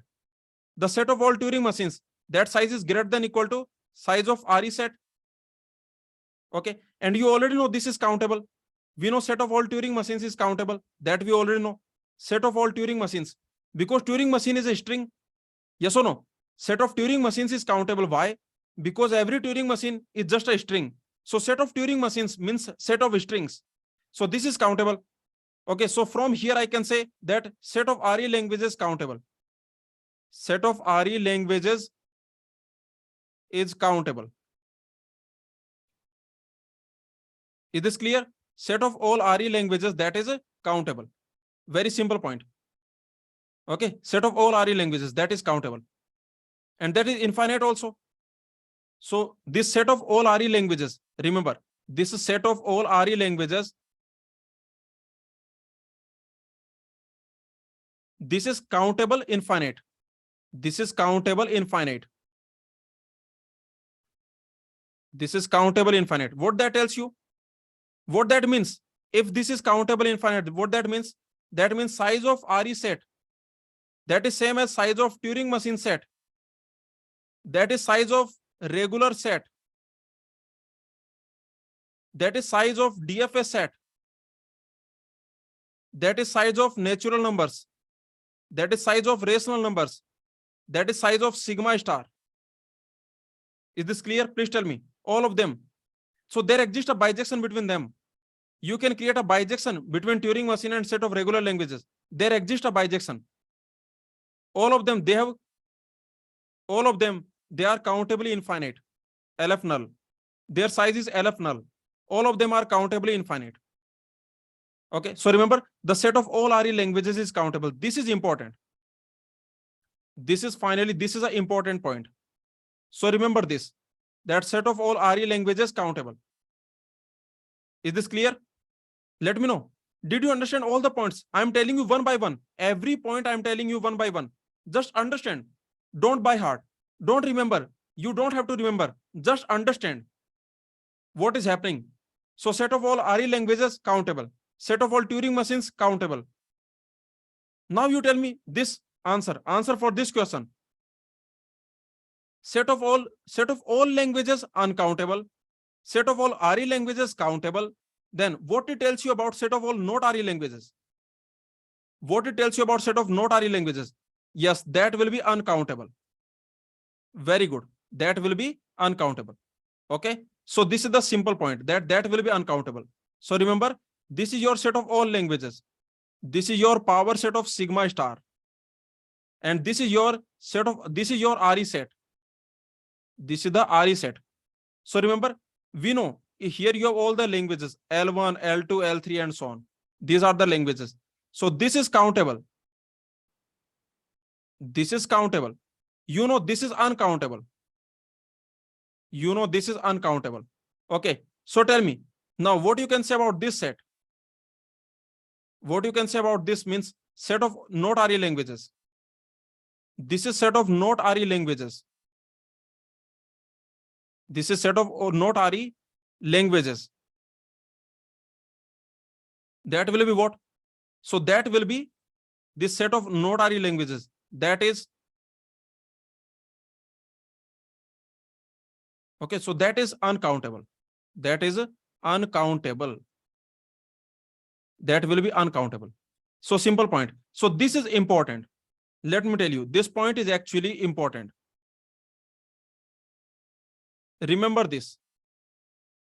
That set of RE languages countable, set of not RE languages uncountable. Is this clear? Set of RE languages, that is countable. Okay, so this is point. Okay, so remember this is important. If this is your all languages, if these are your set of all languages, this is the set of all languages. This is the set of all languages. This is your RE set. This is your RE set. So remember this point. Here you have languages, RE languages, set of RE languages. So remember this point. This is important. That remember this is countable. This is countable. Set of all languages, that is uncountable. That is uncountable. And what about this area? And what about this area? Means set of not RE languages. This is uncountable. Okay, so simple. Now let's move on. So these are the results. Please read these results and tell me, did you understand all of them? Set of all RE languages countable. Set of not RE languages uncountable. Similarly, set of all regular languages countable. Set of all non-regular languages uncountable. Set of all decidable languages countable. Set of undecidable languages uncountable. All of them. Did you understand? Okay, very simple. Set of all CFLs countable. Set of non-CFLs uncountable. Set of regular languages countable. Set of non-regular languages uncountable. And this is important. This is important. Set of RE languages countable. Set of not RE languages uncountable. So this is an important point. That set of all RE languages countable. Set of all not RE languages uncountable. Superset of uncountable set. What is that? Tell me. This statement. Superset of uncountable set. Superset of uncountable set. That is uncountable, right? Yes or no? Superset of uncountable set. That is uncountable. Very simple. Okay. Now tell me one thing. Who is superset of whom? If I give you these, I give you these set. Who is superset of whom? Consider these sets. Some set I'm giving you. Okay. The first set that I'm giving you, that is non-regular languages. The set of non-regular languages. Okay. Or I can say non-regular. Just write this. Set of non-regular languages. Set of non-CFLs. Set of undecidable languages. Undecidable languages. And set of unrecognizable languages. So tell me, who is the superset of whom? I've given you these languages. Non-regular languages, this is the non-regular set. This is non-CFL set. This is undecidable set. This is unrecognizable set. Who is superset of whom? Who is the superset of whom? Who is the superset of whom? Tell me. Who is superset? I'm not asking cardinality. I'm not asking cardinality. I'm asking superset subset. I'm not asking cardinality. I'm asking superset subset. Superset subset. Who is superset of whom? Who is subset of whom? Tell me. So can I say every not RE language is not regular? Yes or no? Can I say every not RE language? See, these are the non-regular languages. Please understand. Please understand. Like for example, let's assume these are the regular languages. Okay, this is the regular set. Now you can note this is your RE set. So can you notice what is the non-regular set? Where is the non-regular set? Just notice this will be the non-regular set. Yes or no? This white one. This white area. What is this area? Look at this white area. This white area is what? Tell me. This white area is what? Let me know. So that is non-regular set. Yes or no? This white area. This white area is non-regular set. Agree? Please tell me. This white area is your non-regular languages. And what is unrecognizable set? Which area is unrecognizable? Which area is unrecognizable? See, this area.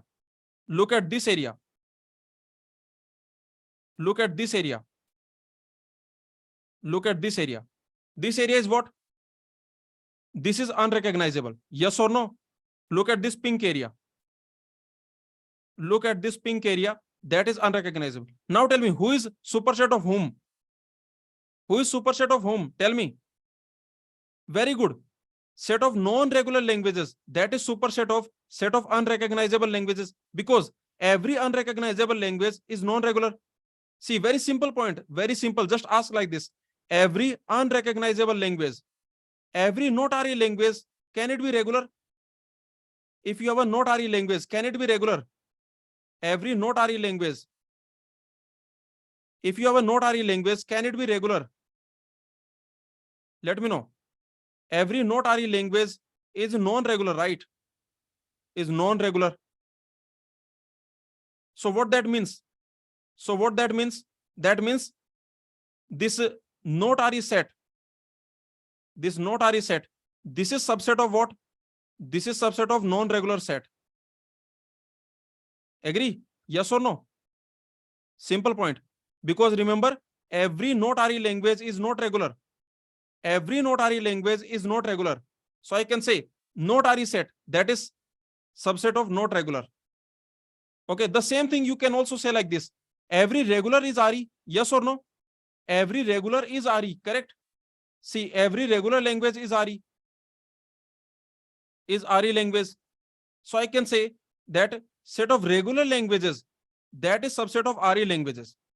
Set of regular languages, this regular set, this is subset of RE set. So remember, regular set is subset of RE set, but not RE set is subset of non-regular set. Okay, is this clear? So finally, you will get this. Okay, if you look at this, who is subset of whom? If you ask, who is the subset of whom? Who is the subset of whom? If you ask this question, then the answer will be here. Look at this. Answer is here. You can see. Set of all not RE languages, that is subset of set of undecidable languages, that is subset of set of non-CFL, that is subset of set of non-regular languages. Is this clear? And you can notice all of them. What are they? See, this is uncountable. This you already know. Set of not RE languages. Set of not RE languages. This is uncountable or not? Set of all not RE languages. This is uncountable. So this is your uncountable. What is superset of uncountable? What is superset of uncountable? See, this is uncountable. What is superset of uncountable? What is superset of uncountable? Superset of uncountable. That also will be uncountable. So this also will be uncountable. So this also will be uncountable. Okay, is this clear? So these will be uncountable. This also will be uncountable.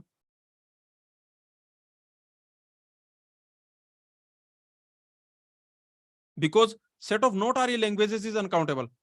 Okay, set of all not RE languages, that is uncountable. Superset of uncountable is uncountable. So all these things, these are uncountable. Okay, let's move on now.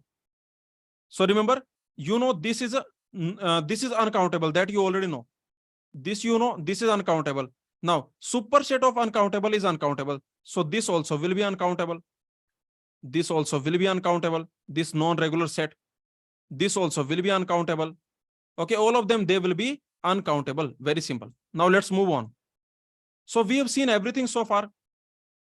You can see this is just a conclusion. These set are countable set, right? Agree? All of them are countable set. We have already seen set of natural numbers countable, set of integers countable, n cross n countable, set of rational numbers countable, sigma star is countable. All these are countable. We have also seen these results in the previous lectures. Every subset of countable set is countable. We have seen this. Union of countable set, that is countable. Product of two countable set is countable. All these things we have already seen. Also, we have seen if S is infinite, then PS will be uncountable. This we have seen in the previous lectures. Also, can you notice how many languages are there? uncountably many. Yes or no? How many languages are there? Set of all languages. Set of all languages, that is uncountable. Okay, so you can notice there are uncountably many languages. And how many notary languages are there? How many notary languages are there? Uncountably many. Uncountable. Yes or no? Set of notary languages, that is uncountable. Now tell me the answer for this question. Let me know. Now some interesting questions are coming. Some more interesting questions. Please focus. Some more interesting questions are coming. Very interesting. And these questions, they need your focus. Some more interesting questions are coming and they need your focus. They need your focus. So tell me, if L is any infinite language, then how many subsets of L are there? Tell me. Let me know. If L is any infinite language, you have infinite language, then how many subsets of L are there? Please tell me. L is any infinite language. You can take any infinite language. Tell me. Any means you can take any infinite regular language, any infinite CFL, any infinite RE, any infinite not RE. Remember, any infinite language you take, any infinite language, whatever infinite language you take, then how many subsets will be there? This is what I'm asking. How many subsets? How many subsets will be there?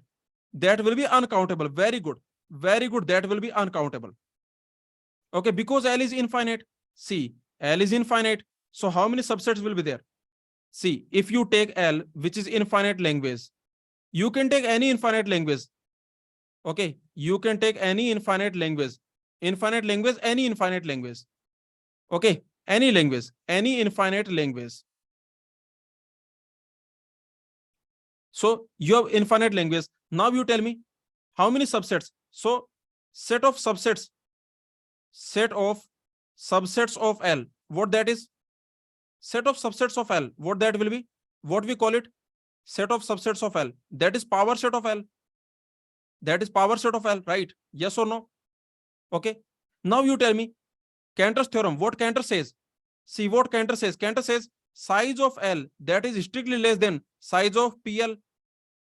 Okay, size of L that is strictly less than size of PL. Now this is already, you can see. Okay, this is infinite.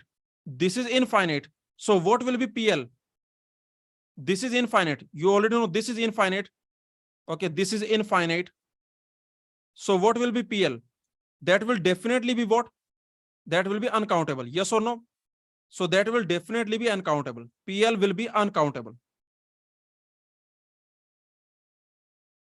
Okay. See, this result we have already seen, if you remember. Okay, we are just using it. This result, if you remember, we have already seen this result that for any infinite set, S, this result we have already seen. For any infinite set S, whatever infinite set S you take, PS will always be what? PS is uncountable. This we have already seen, if you remember. In the previous lecture, in this lecture, we have already seen this. That for any infinite set, you take whatever infinite set you take.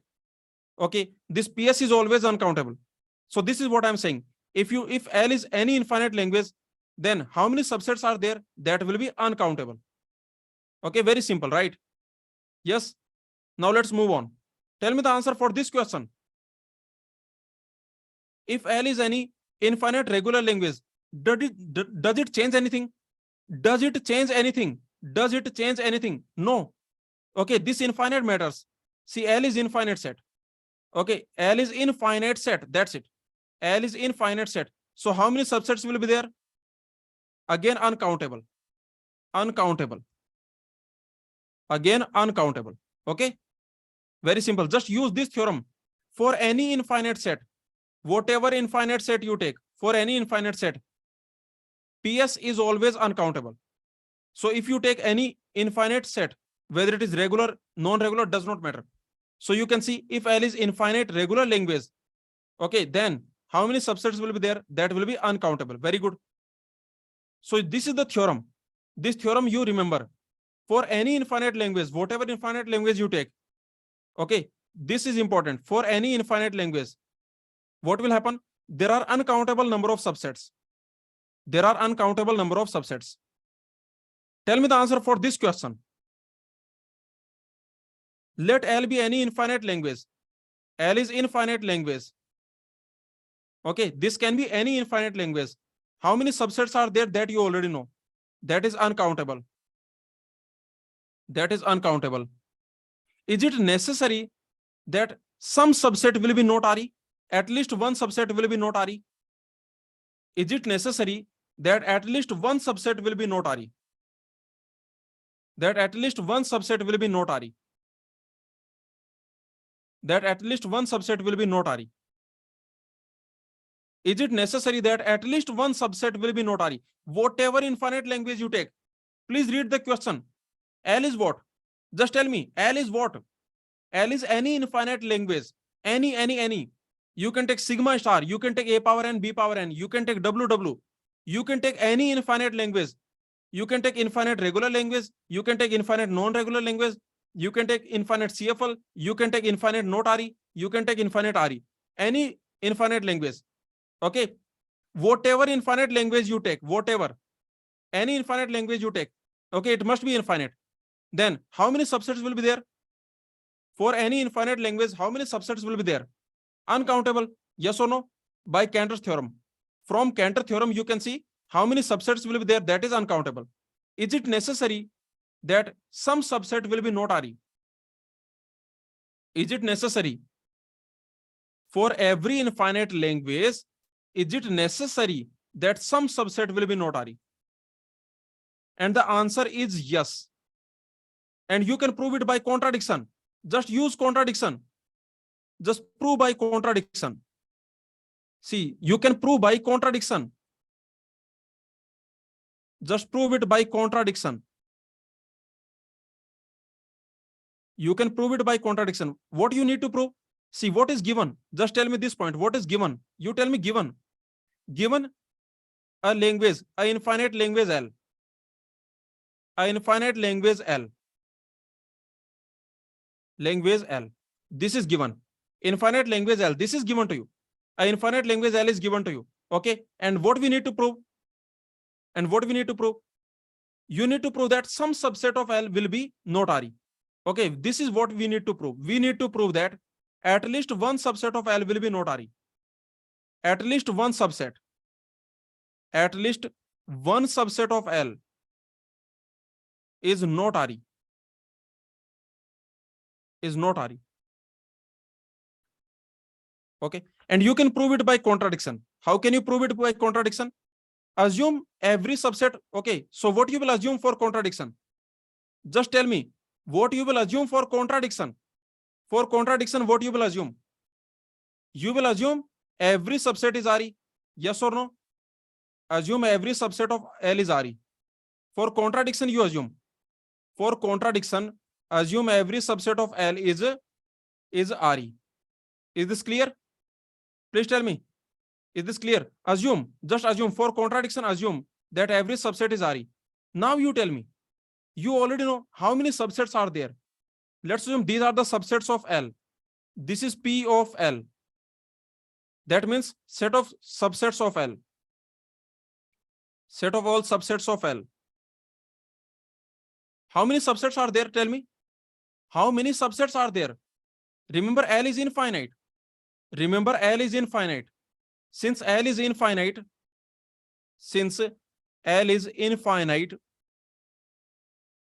so PL is what? So PL is uncountable, right? Okay, yes. So PL is uncountable. Since L is infinite, so PL is uncountable. That you already know. So now I am saying this. PL means set of all subsets. This is set of all subsets. And you are saying that this is uncountable. You are saying this is uncountable. Now you tell me. Now you tell me. You are saying this is uncountable. But set of all RE languages, that is countable. You are saying, but set of all RE languages, that is what? That is countable. See, PL is uncountable. That you already know. PL is uncountable. But set of RE languages, that is what? But set of all RE languages. Okay, see, from here, now you notice. But But set of all RE languages, just tell me, set of all RE languages, that is what? Set of all RE languages, that is countable. That is countable. So tell me, can every subset of L be countable, be RE? So tell me, can every subset of L be RE? Can every subset of L be RE? Subset of L be RE? Tell me. See, very simple point. L is infinite language. This is given to you. L is infinite language. Now you know that set of all subsets of L, that will be uncountable. Okay, how many subsets are there? That will be uncountable. Okay, now if you think that every subset will be RE, then only countable number of subset will be there. Yes or no? If you think every subset is RE, every subset of L is RE, then only countable number of subset will be there. But you have uncountable number of subset. Did you understand? Is there anyone who has doubt in this? Okay, step by step I'm telling you, just focus here. This is important. This is given to you a infinite language. Step by step I'm telling you. A infinite language, any infinite language, a infinite language L, this is given to you. Okay, you know, okay, what we need to prove? We need to prove that some subset of L will be not RE. Some subset of L will be not RE. Okay, that will be not RE. How will you prove it? We can prove by contradiction. How will you prove by contradiction? See, you already know what we know. We know PL is uncountable. PL is uncountable. That we already know. Okay. What is PL? PL is set of all subsets. Okay, PL, that is set of all subsets. So I can say, so PL uncountable. This PL. Okay, this PL, that means set of all subsets. Set of all subsets of L. This is uncountable. Remember, this is uncountable. That you already know. Okay, now, if every subset of L is RE, then what will happen? If every subset of L is RE, then how many subsets can be there? Then how many subsets can be there? Then how many subsets of L will be there? L will be there. Tell me.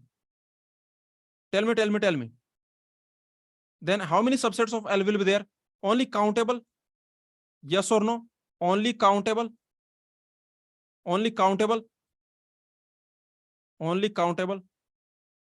Okay, so you can notice how many subsets of L will be there? How many subsets? Notice here, how many subsets of L will be there? Only countable. But you are saying it is already uncountable, so there is a contradiction or not? Did you get a contradiction or not? See, you are saying number of subsets is uncountable. Notice, you are saying number of subsets of L, that is uncountable. Now, if every subset is RE, then how many subsets can be there? Only countable. That is a contradiction or not? Please tell me. That is contradiction. Is this clear? So what I can say? So it is not possible.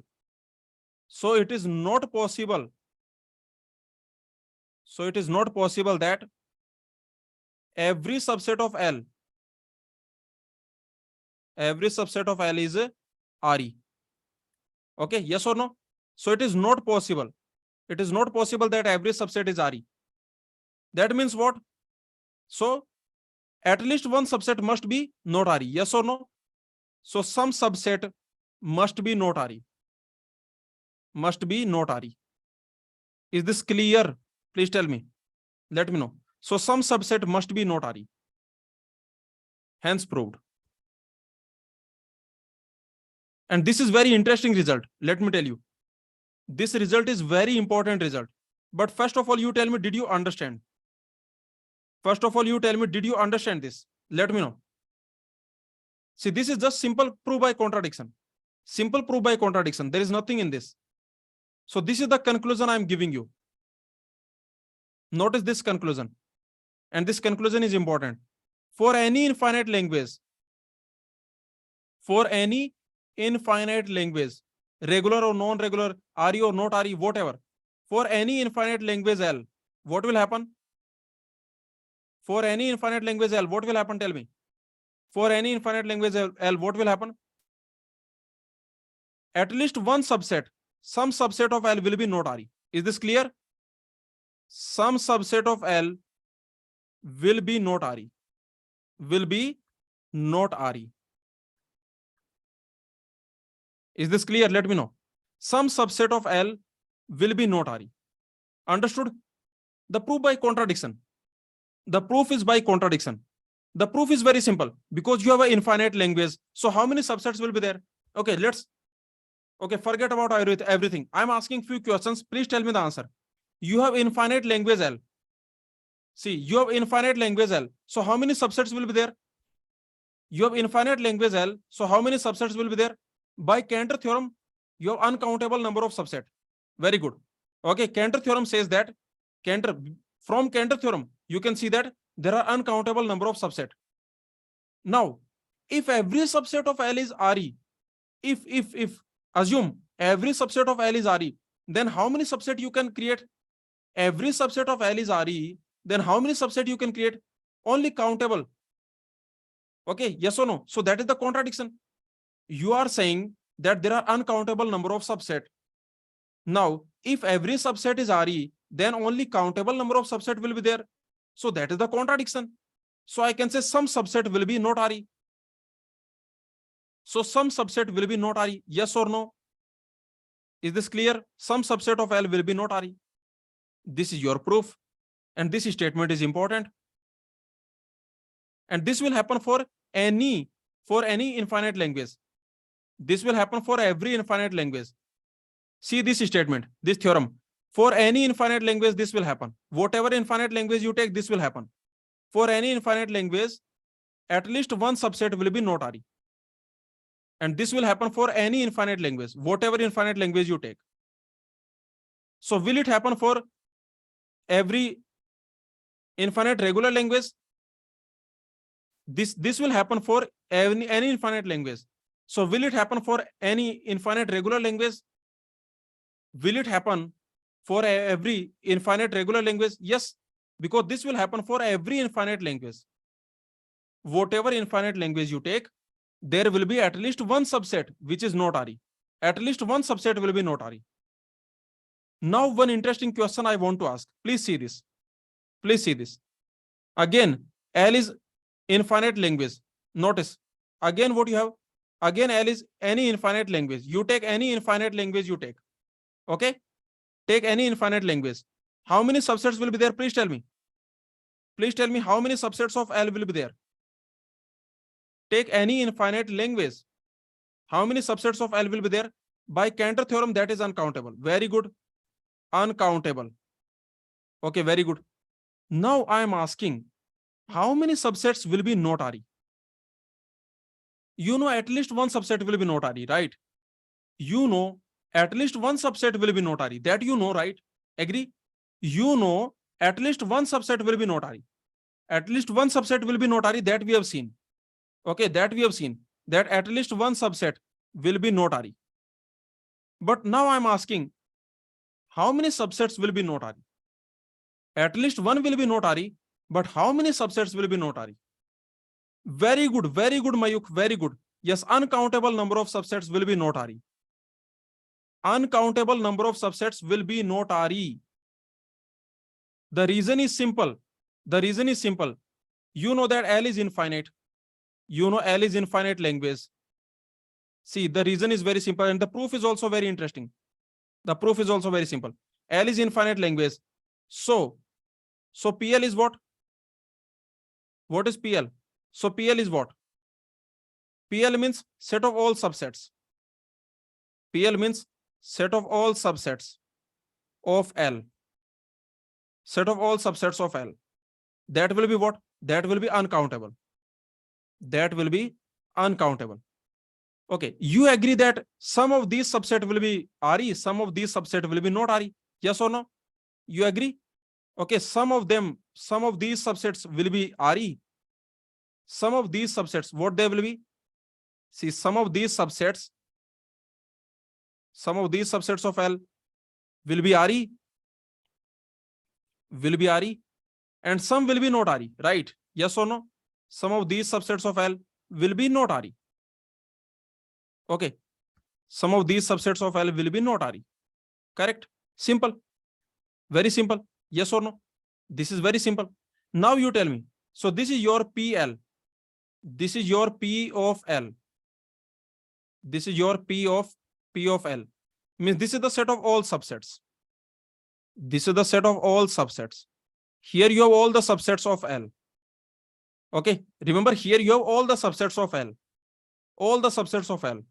Okay. So can I say that you can say that these are the subsets which are RE subsets. These are the subsets which are RE. Subsets which are RE. Which are RE. Yes or no? And these are the subsets which are not RE. These are the subsets which are not RE. Which are not RE. Okay. So remember, these are the subsets which are RE. These are the subsets which are not RE. Is this clear? And this is your P of L. This is the set of all subsets. This is the set of all subsets. Okay. So this is the set of all subsets. Some subset will be RE. Some subset will be not RE. Okay. You know, subsets which are RE, that will definitely be countable or not. Yes or no? Subsets which are RE, set of all RE languages is countable. See, set of all RE languages, if you take all the RE languages, that is also countable. Set of all RE languages is countable. So subsets which are RE, that is countable. Agree? Correct or not? Please tell me. Subsets which are RE, that is countable. And this is uncountable. And this is uncountable. And this is uncountable. So tell me what this will be. This is uncountable. Now tell me what this will be. Tell me. Let me know. This is countable. Set of all subsets, that is uncountable. So what this will be? Subsets which are not RE. Subsets which are not RE. What this will be? Very good. This will be uncountable, right? Yes or no? This will be uncountable. Okay? This will be uncountable. Because if this is countable, then what will happen? Please tell me. If this is countable, then countable union countable will be countable. That is contradiction. See, if this is countable, then countable union countable will be countable. That is contradiction. So this will be uncountable. Okay. So that's it. So this is the result. For any infinite language. There are uncountable number of subsets which are not RE. And read this and remember this. The proof we have seen. Is this clear? For any infinite language, whatever infinite language you take, there are uncountable number of subsets which are not RE. Okay, so remember this point. For any infinite language R,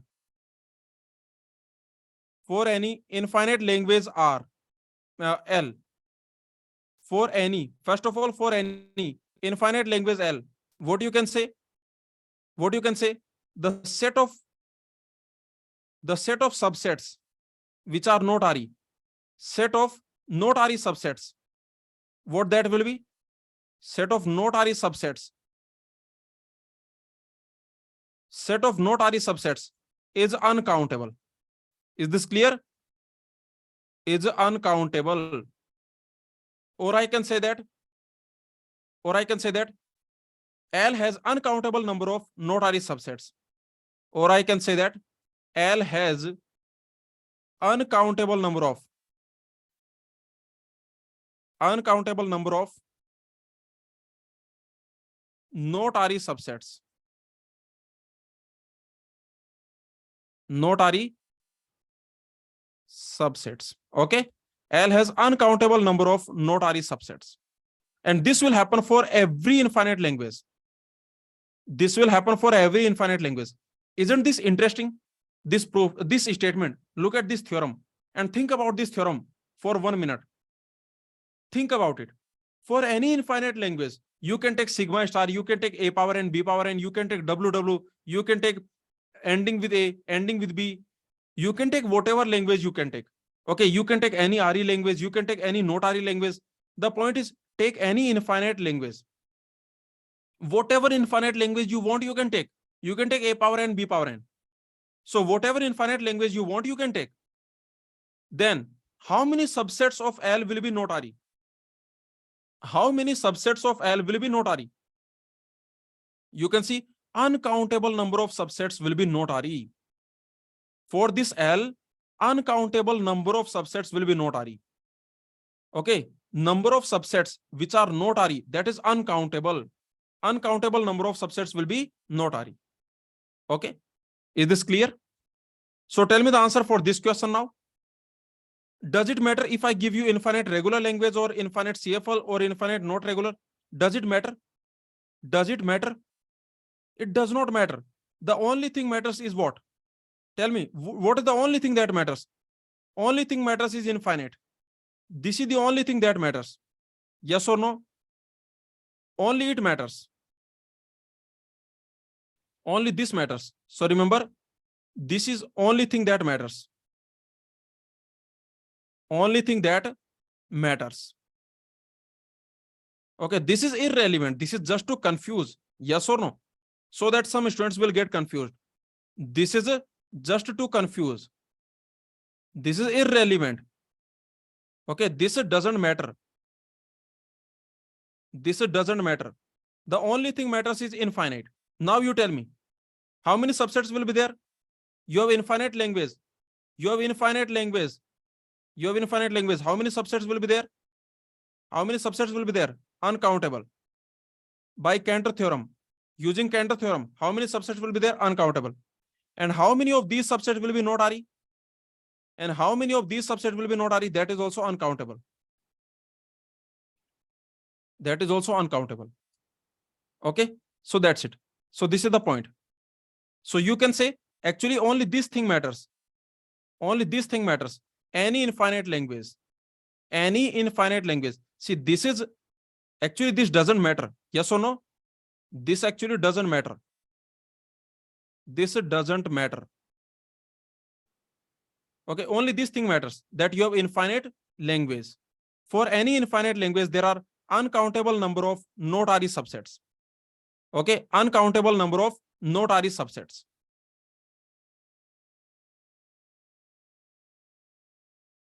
Tell me the answer for this question quickly. You are expert now. You are expert. Let L be a language for which every subset is RE. Let L be a language for which every subset is RE. Every subset is RE. Every subset is RE. Can L be infinite? Tell me, can L be infinite? Just tell me, can L be infinite? A simple question I'm asking. Can L be infinite? Very simple question I'm asking. Can L be infinite? Let me know. Can L be infinite? Just tell me the answer. Just tell me the answer. L is a language. L is a language for which every subset is RE. Every subset is RE. Can L be infinite? The answer is no. So what is L then? Then what is L? Then L is finite. Yes or no? Then L is finite. Okay, then L is finite. And every finite language is regular. Every regular language is decidable. And every decidable language is RE. So you can see all these things. But the point is this, that L will be finite. L will be finite. Every finite language is regular, so you can say L is regular. Every regular language is decidable, so I can say L is decidable. But the point is L will be finite. Is this clear? This is the interesting question. Please tell me, did you understand this question? This question, did you understand? L is a language for which every subset is RE. Every subset is RE. So L cannot be infinite, right? L cannot be infinite. Can L be infinite? Can L be infinite? The answer is no. The answer is no. So L will be finite. And tell me the answer for this one. Tell me the answer for this one. L is a language. L is a language for which every subset is regular. Every subset is regular. See, every subset is regular. That means every subset is RE. Yes or no? That means every subset is RE. Agree? See, every subset is regular. So that implies every subset RE. That means every subset is RE. Yes or no? Correct? Every subset is regular. Every subset is regular. So that means every subset is RE. So can L be infinite? Tell me, can L be infinite? Can L be infinite? Let me know. The answer is no. L cannot be infinite. Okay, L cannot be infinite. So I can say L will be finite again. Again, L will be finite. Tell me the answer for this question quickly. L is a language. L is a language for which every subset is decidable. See, every subset is decidable. Can I say that means every subset RE? Every subset is decidable. So every subset is RE. Every subset is RE. Okay, if every subset is RE, then can L be infinite? Tell me, can L be infinite? Can L be infinite? The answer is no. Okay, so L also will be finite. So here also L will be finite. Okay, so that's it. This is your chapter. This is your chapter. These are the countability results in the theory of computation. Okay, so please tell me, did you understand? Let me know. So this is your chapter. We have seen everything. Let me tell you. In the countability, everything we have seen. In the GATE exam, TIFR exam, in future, in past, whatever question comes from countability, I can promise you that you can handle it. Okay, if you understood everything that we have seen. We have seen everything, every point, every question, every type of question, every proof, everything we have seen in the countability chapter. Okay, see what we have seen. Please notice here what we have seen so far. You can just see in the countability. So far we have seen what is countable set, what is uncountable set. Yes or no? What is Cantor's diagonalization proof? What is Cantor's theorem and countability theorems? We have seen. Okay, and we have seen the countability results in theory of computation. In theory of computation subject, what are the countability results? I can say countability results for languages that we have seen. Okay, yes or no? So tell me, did you understand? Please tell me. This is your countability. Countability is over. We have seen everything in countability. Countability is over. Everything we have seen in this countability. Please tell me, did you understand? Let me know. Let me know, did you understand everything? Do you have any doubt? Do you have any doubt? Please tell me. Any doubt? I have told you everything. Just take your copy pen and do it. This is a very easy chapter, very interesting chapter. This countability. Very interesting. Every proof is very interesting. Okay, every statement is interesting. A lot of questions can be created. A lot of tricky questions can be created. Yes or no? Did you notice? A lot of questions, a lot of tricky questions they can create in this countability. Correct? So we have seen all the questions, all the variations. Okay, if you understood everything that we have seen in all the lectures, in the entire countability playlist, if you understood everything, I can promise you, whatever interview you attempt, whatever exam you attempt, you will get full marks from this countability. Okay, everything that they can ask you from countability, we have already covered. Okay, so that's it. Now we only need to see all the previous year exam questions. This is what we need to see. The concepts are over. Every concept we have seen. Now we need to study the previous year exam questions. All the GATE exam, TIFR exam, NET exam, NEET exam, ISRO exam, all these questions we need to discuss. Okay. So that we will discuss in the next session. The concepts are over. This is the last thing that is remaining. That is previous year exam questions. These we will solve. And these are cakewalk for you. If you understood everything so far, then this is cakewalk for you. These previous year exam questions, this is just a cakewalk. Okay. If there is any doubt, you can ask. Biswanath is asking, sir, I am unable to understand last 3 questions. How L is finite? Okay. See, let's see one by one. See, Biswanath, did you understand this? Okay, just notice. Let's see this conclusion. Okay, please focus here. See this. If L is infinite, okay, you take any infinite language you take. You take any infinite language. See, please understand. I am telling you last time. Okay, please understand this. If anyone has any doubt, please understand. You take any infinite language. Okay, any infinite language L you take. Is this clear? You take any infinite language L. Okay. Now, how many subsets will be there? Tell me. If you take any infinite language, then how many subsets will be there? By Cantor theorem, how many subsets of L? How many subsets of L? That is your PL. That is your PL. And that is uncountable. That is uncountable. Okay. By Cantor's theorem, you can apply the Cantor theorem. See, this is clear, Biswanath. Is this clear? By Cantor theorem, you can say that how many subsets will be there? That will be uncountable. Okay. Because what Cantor theorem says? Why? Because what Cantor theorem says, tell me. From Cantor's theorem, we have already seen that if S is any infinite set,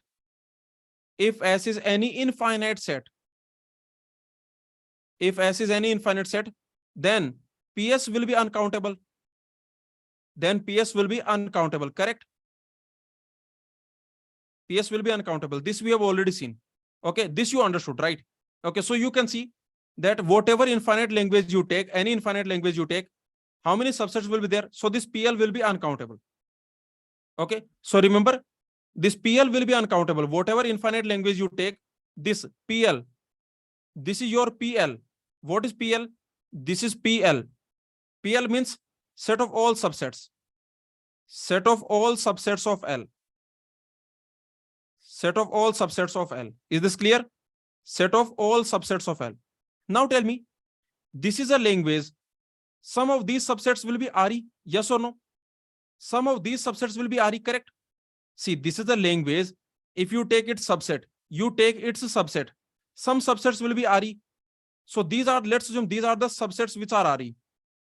These are the subsets which are RE. And some subsets will be not RE. Correct? Some subsets will be not RE. Which are not RE. Yes or no? Okay, some subsets are RE, some subsets are not RE. Clear? Now you tell me. This we already know that this is uncountable. This you already know this is uncountable. This you already know this is uncountable. You already know. And what about this set of subsets which are RE? What about this? Subsets which are RE. This will be countable. Why? This will be countable. Why? Why? Because notice, if you take all the RE languages, that is also countable. If you take all the RE languages, set of all RE languages, set of all recursive enumerable languages, that is also countable. Okay. Yes or no? So very simple. You can see subsets which are RE. Subsets which are RE, that will be countable. Now you tell me, Biswanath, you tell me what this will be now. So what this will be? This entire thing is uncountable. Remember, this entire thing is uncountable. Please notice, this entire thing is uncountable. This thing is countable. So what will be this? Subsets which are not RE. This will be uncountable, right? This will be uncountable. This will be uncountable, correct? Okay, so this is the point. For any infinite language, whatever infinite language you take, for any infinite language, I can say there is I can say there are uncountable number of not-RE subsets. Yes or no? There are uncountable number of, for this L, for this language L, there are uncountable number of not-RE subsets. Not-RE subsets. So can I say there is at least one not-RE subset? So can I say for any infinite language, for any infinite language, there is at least one. I can also say there is at least one. I can also say there is at least one not-RE subset. Not-RE subset. There is at least one not-RE subset, right? See, actually there are how many not-RE subsets are there? Actually, how many not-RE subsets are there? Actually, how many not-RE subsets are there? That is uncountable. Uncountable number of not-RE subsets. Okay, but I can say that at least one subset will be not-RE, right? I can say at least one subset will be not-RE. At least one subset will be not-RE. And this will happen for every infinite language. So remember, for every infinite language, this will happen. Please notice here. For every infinite language, this will happen. Whatever infinite language you take, this will happen. For every infinite language L, this will happen. What will happen? What will happen? Some subset will be not-RE. Some subset of L will be not-RE. Will be not-RE. Correct?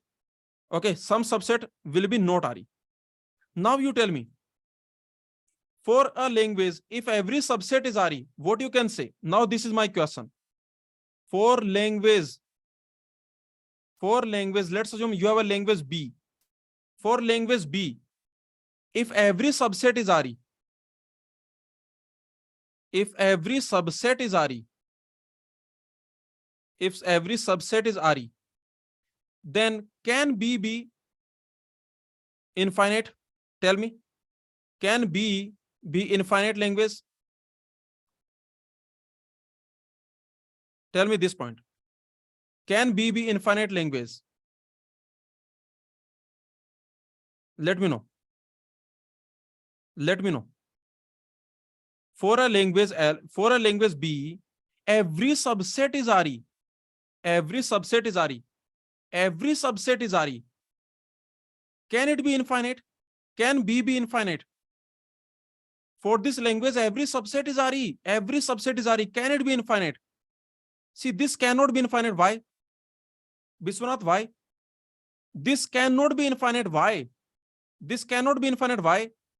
Because if it is infinite, then at least one subset should be not RE. If it is infinite, if it is infinite, if B is infinite, then at least one subset must be not RE. Then at least one subset will be not RE. So I can say, can B be infinite? The answer is no. So what is B? So what is B? So B is a finite language. So B is a finite language. So that's it. This is what we are saying. This is what we are saying. Is this clear? Let me know. So if every subset is RE, then B will be a finite language. Is this understood? Please tell me. Is this understood, everyone? Any other doubt? Whatever doubt you have, just ask. I will answer all your doubts. Don't keep any doubt. Make sure you become expert of countability. Make sure whatever question they ask, whatever variation, whatever tricky question they ask, make sure you will be able to handle. Please tell me, do you have any other doubt? Anyone has any other doubt? Okay, so we have seen everything. Now in the next session, we will see previous year exam questions. Okay, previous year exam questions we will see. So thank you everyone. On the Go Classes YouTube channel, this countability playlist is there. The complete countability playlist is available on the Go Classes YouTube channel. Please comment and share your feedback. Okay, like, comment, share. Okay, thank you everyone. Thank you so much. I hope you found this session very interesting. The countability is over. All the concepts we have seen, everything we have seen. Okay, I hope you found this session very interesting. If you found this session interesting, and if you, I can say, if you have understood countability, the entire countability, if you understood, then please comment and share your feedback on the Go Classes YouTube channel. Okay. Okay. Thank you, everyone.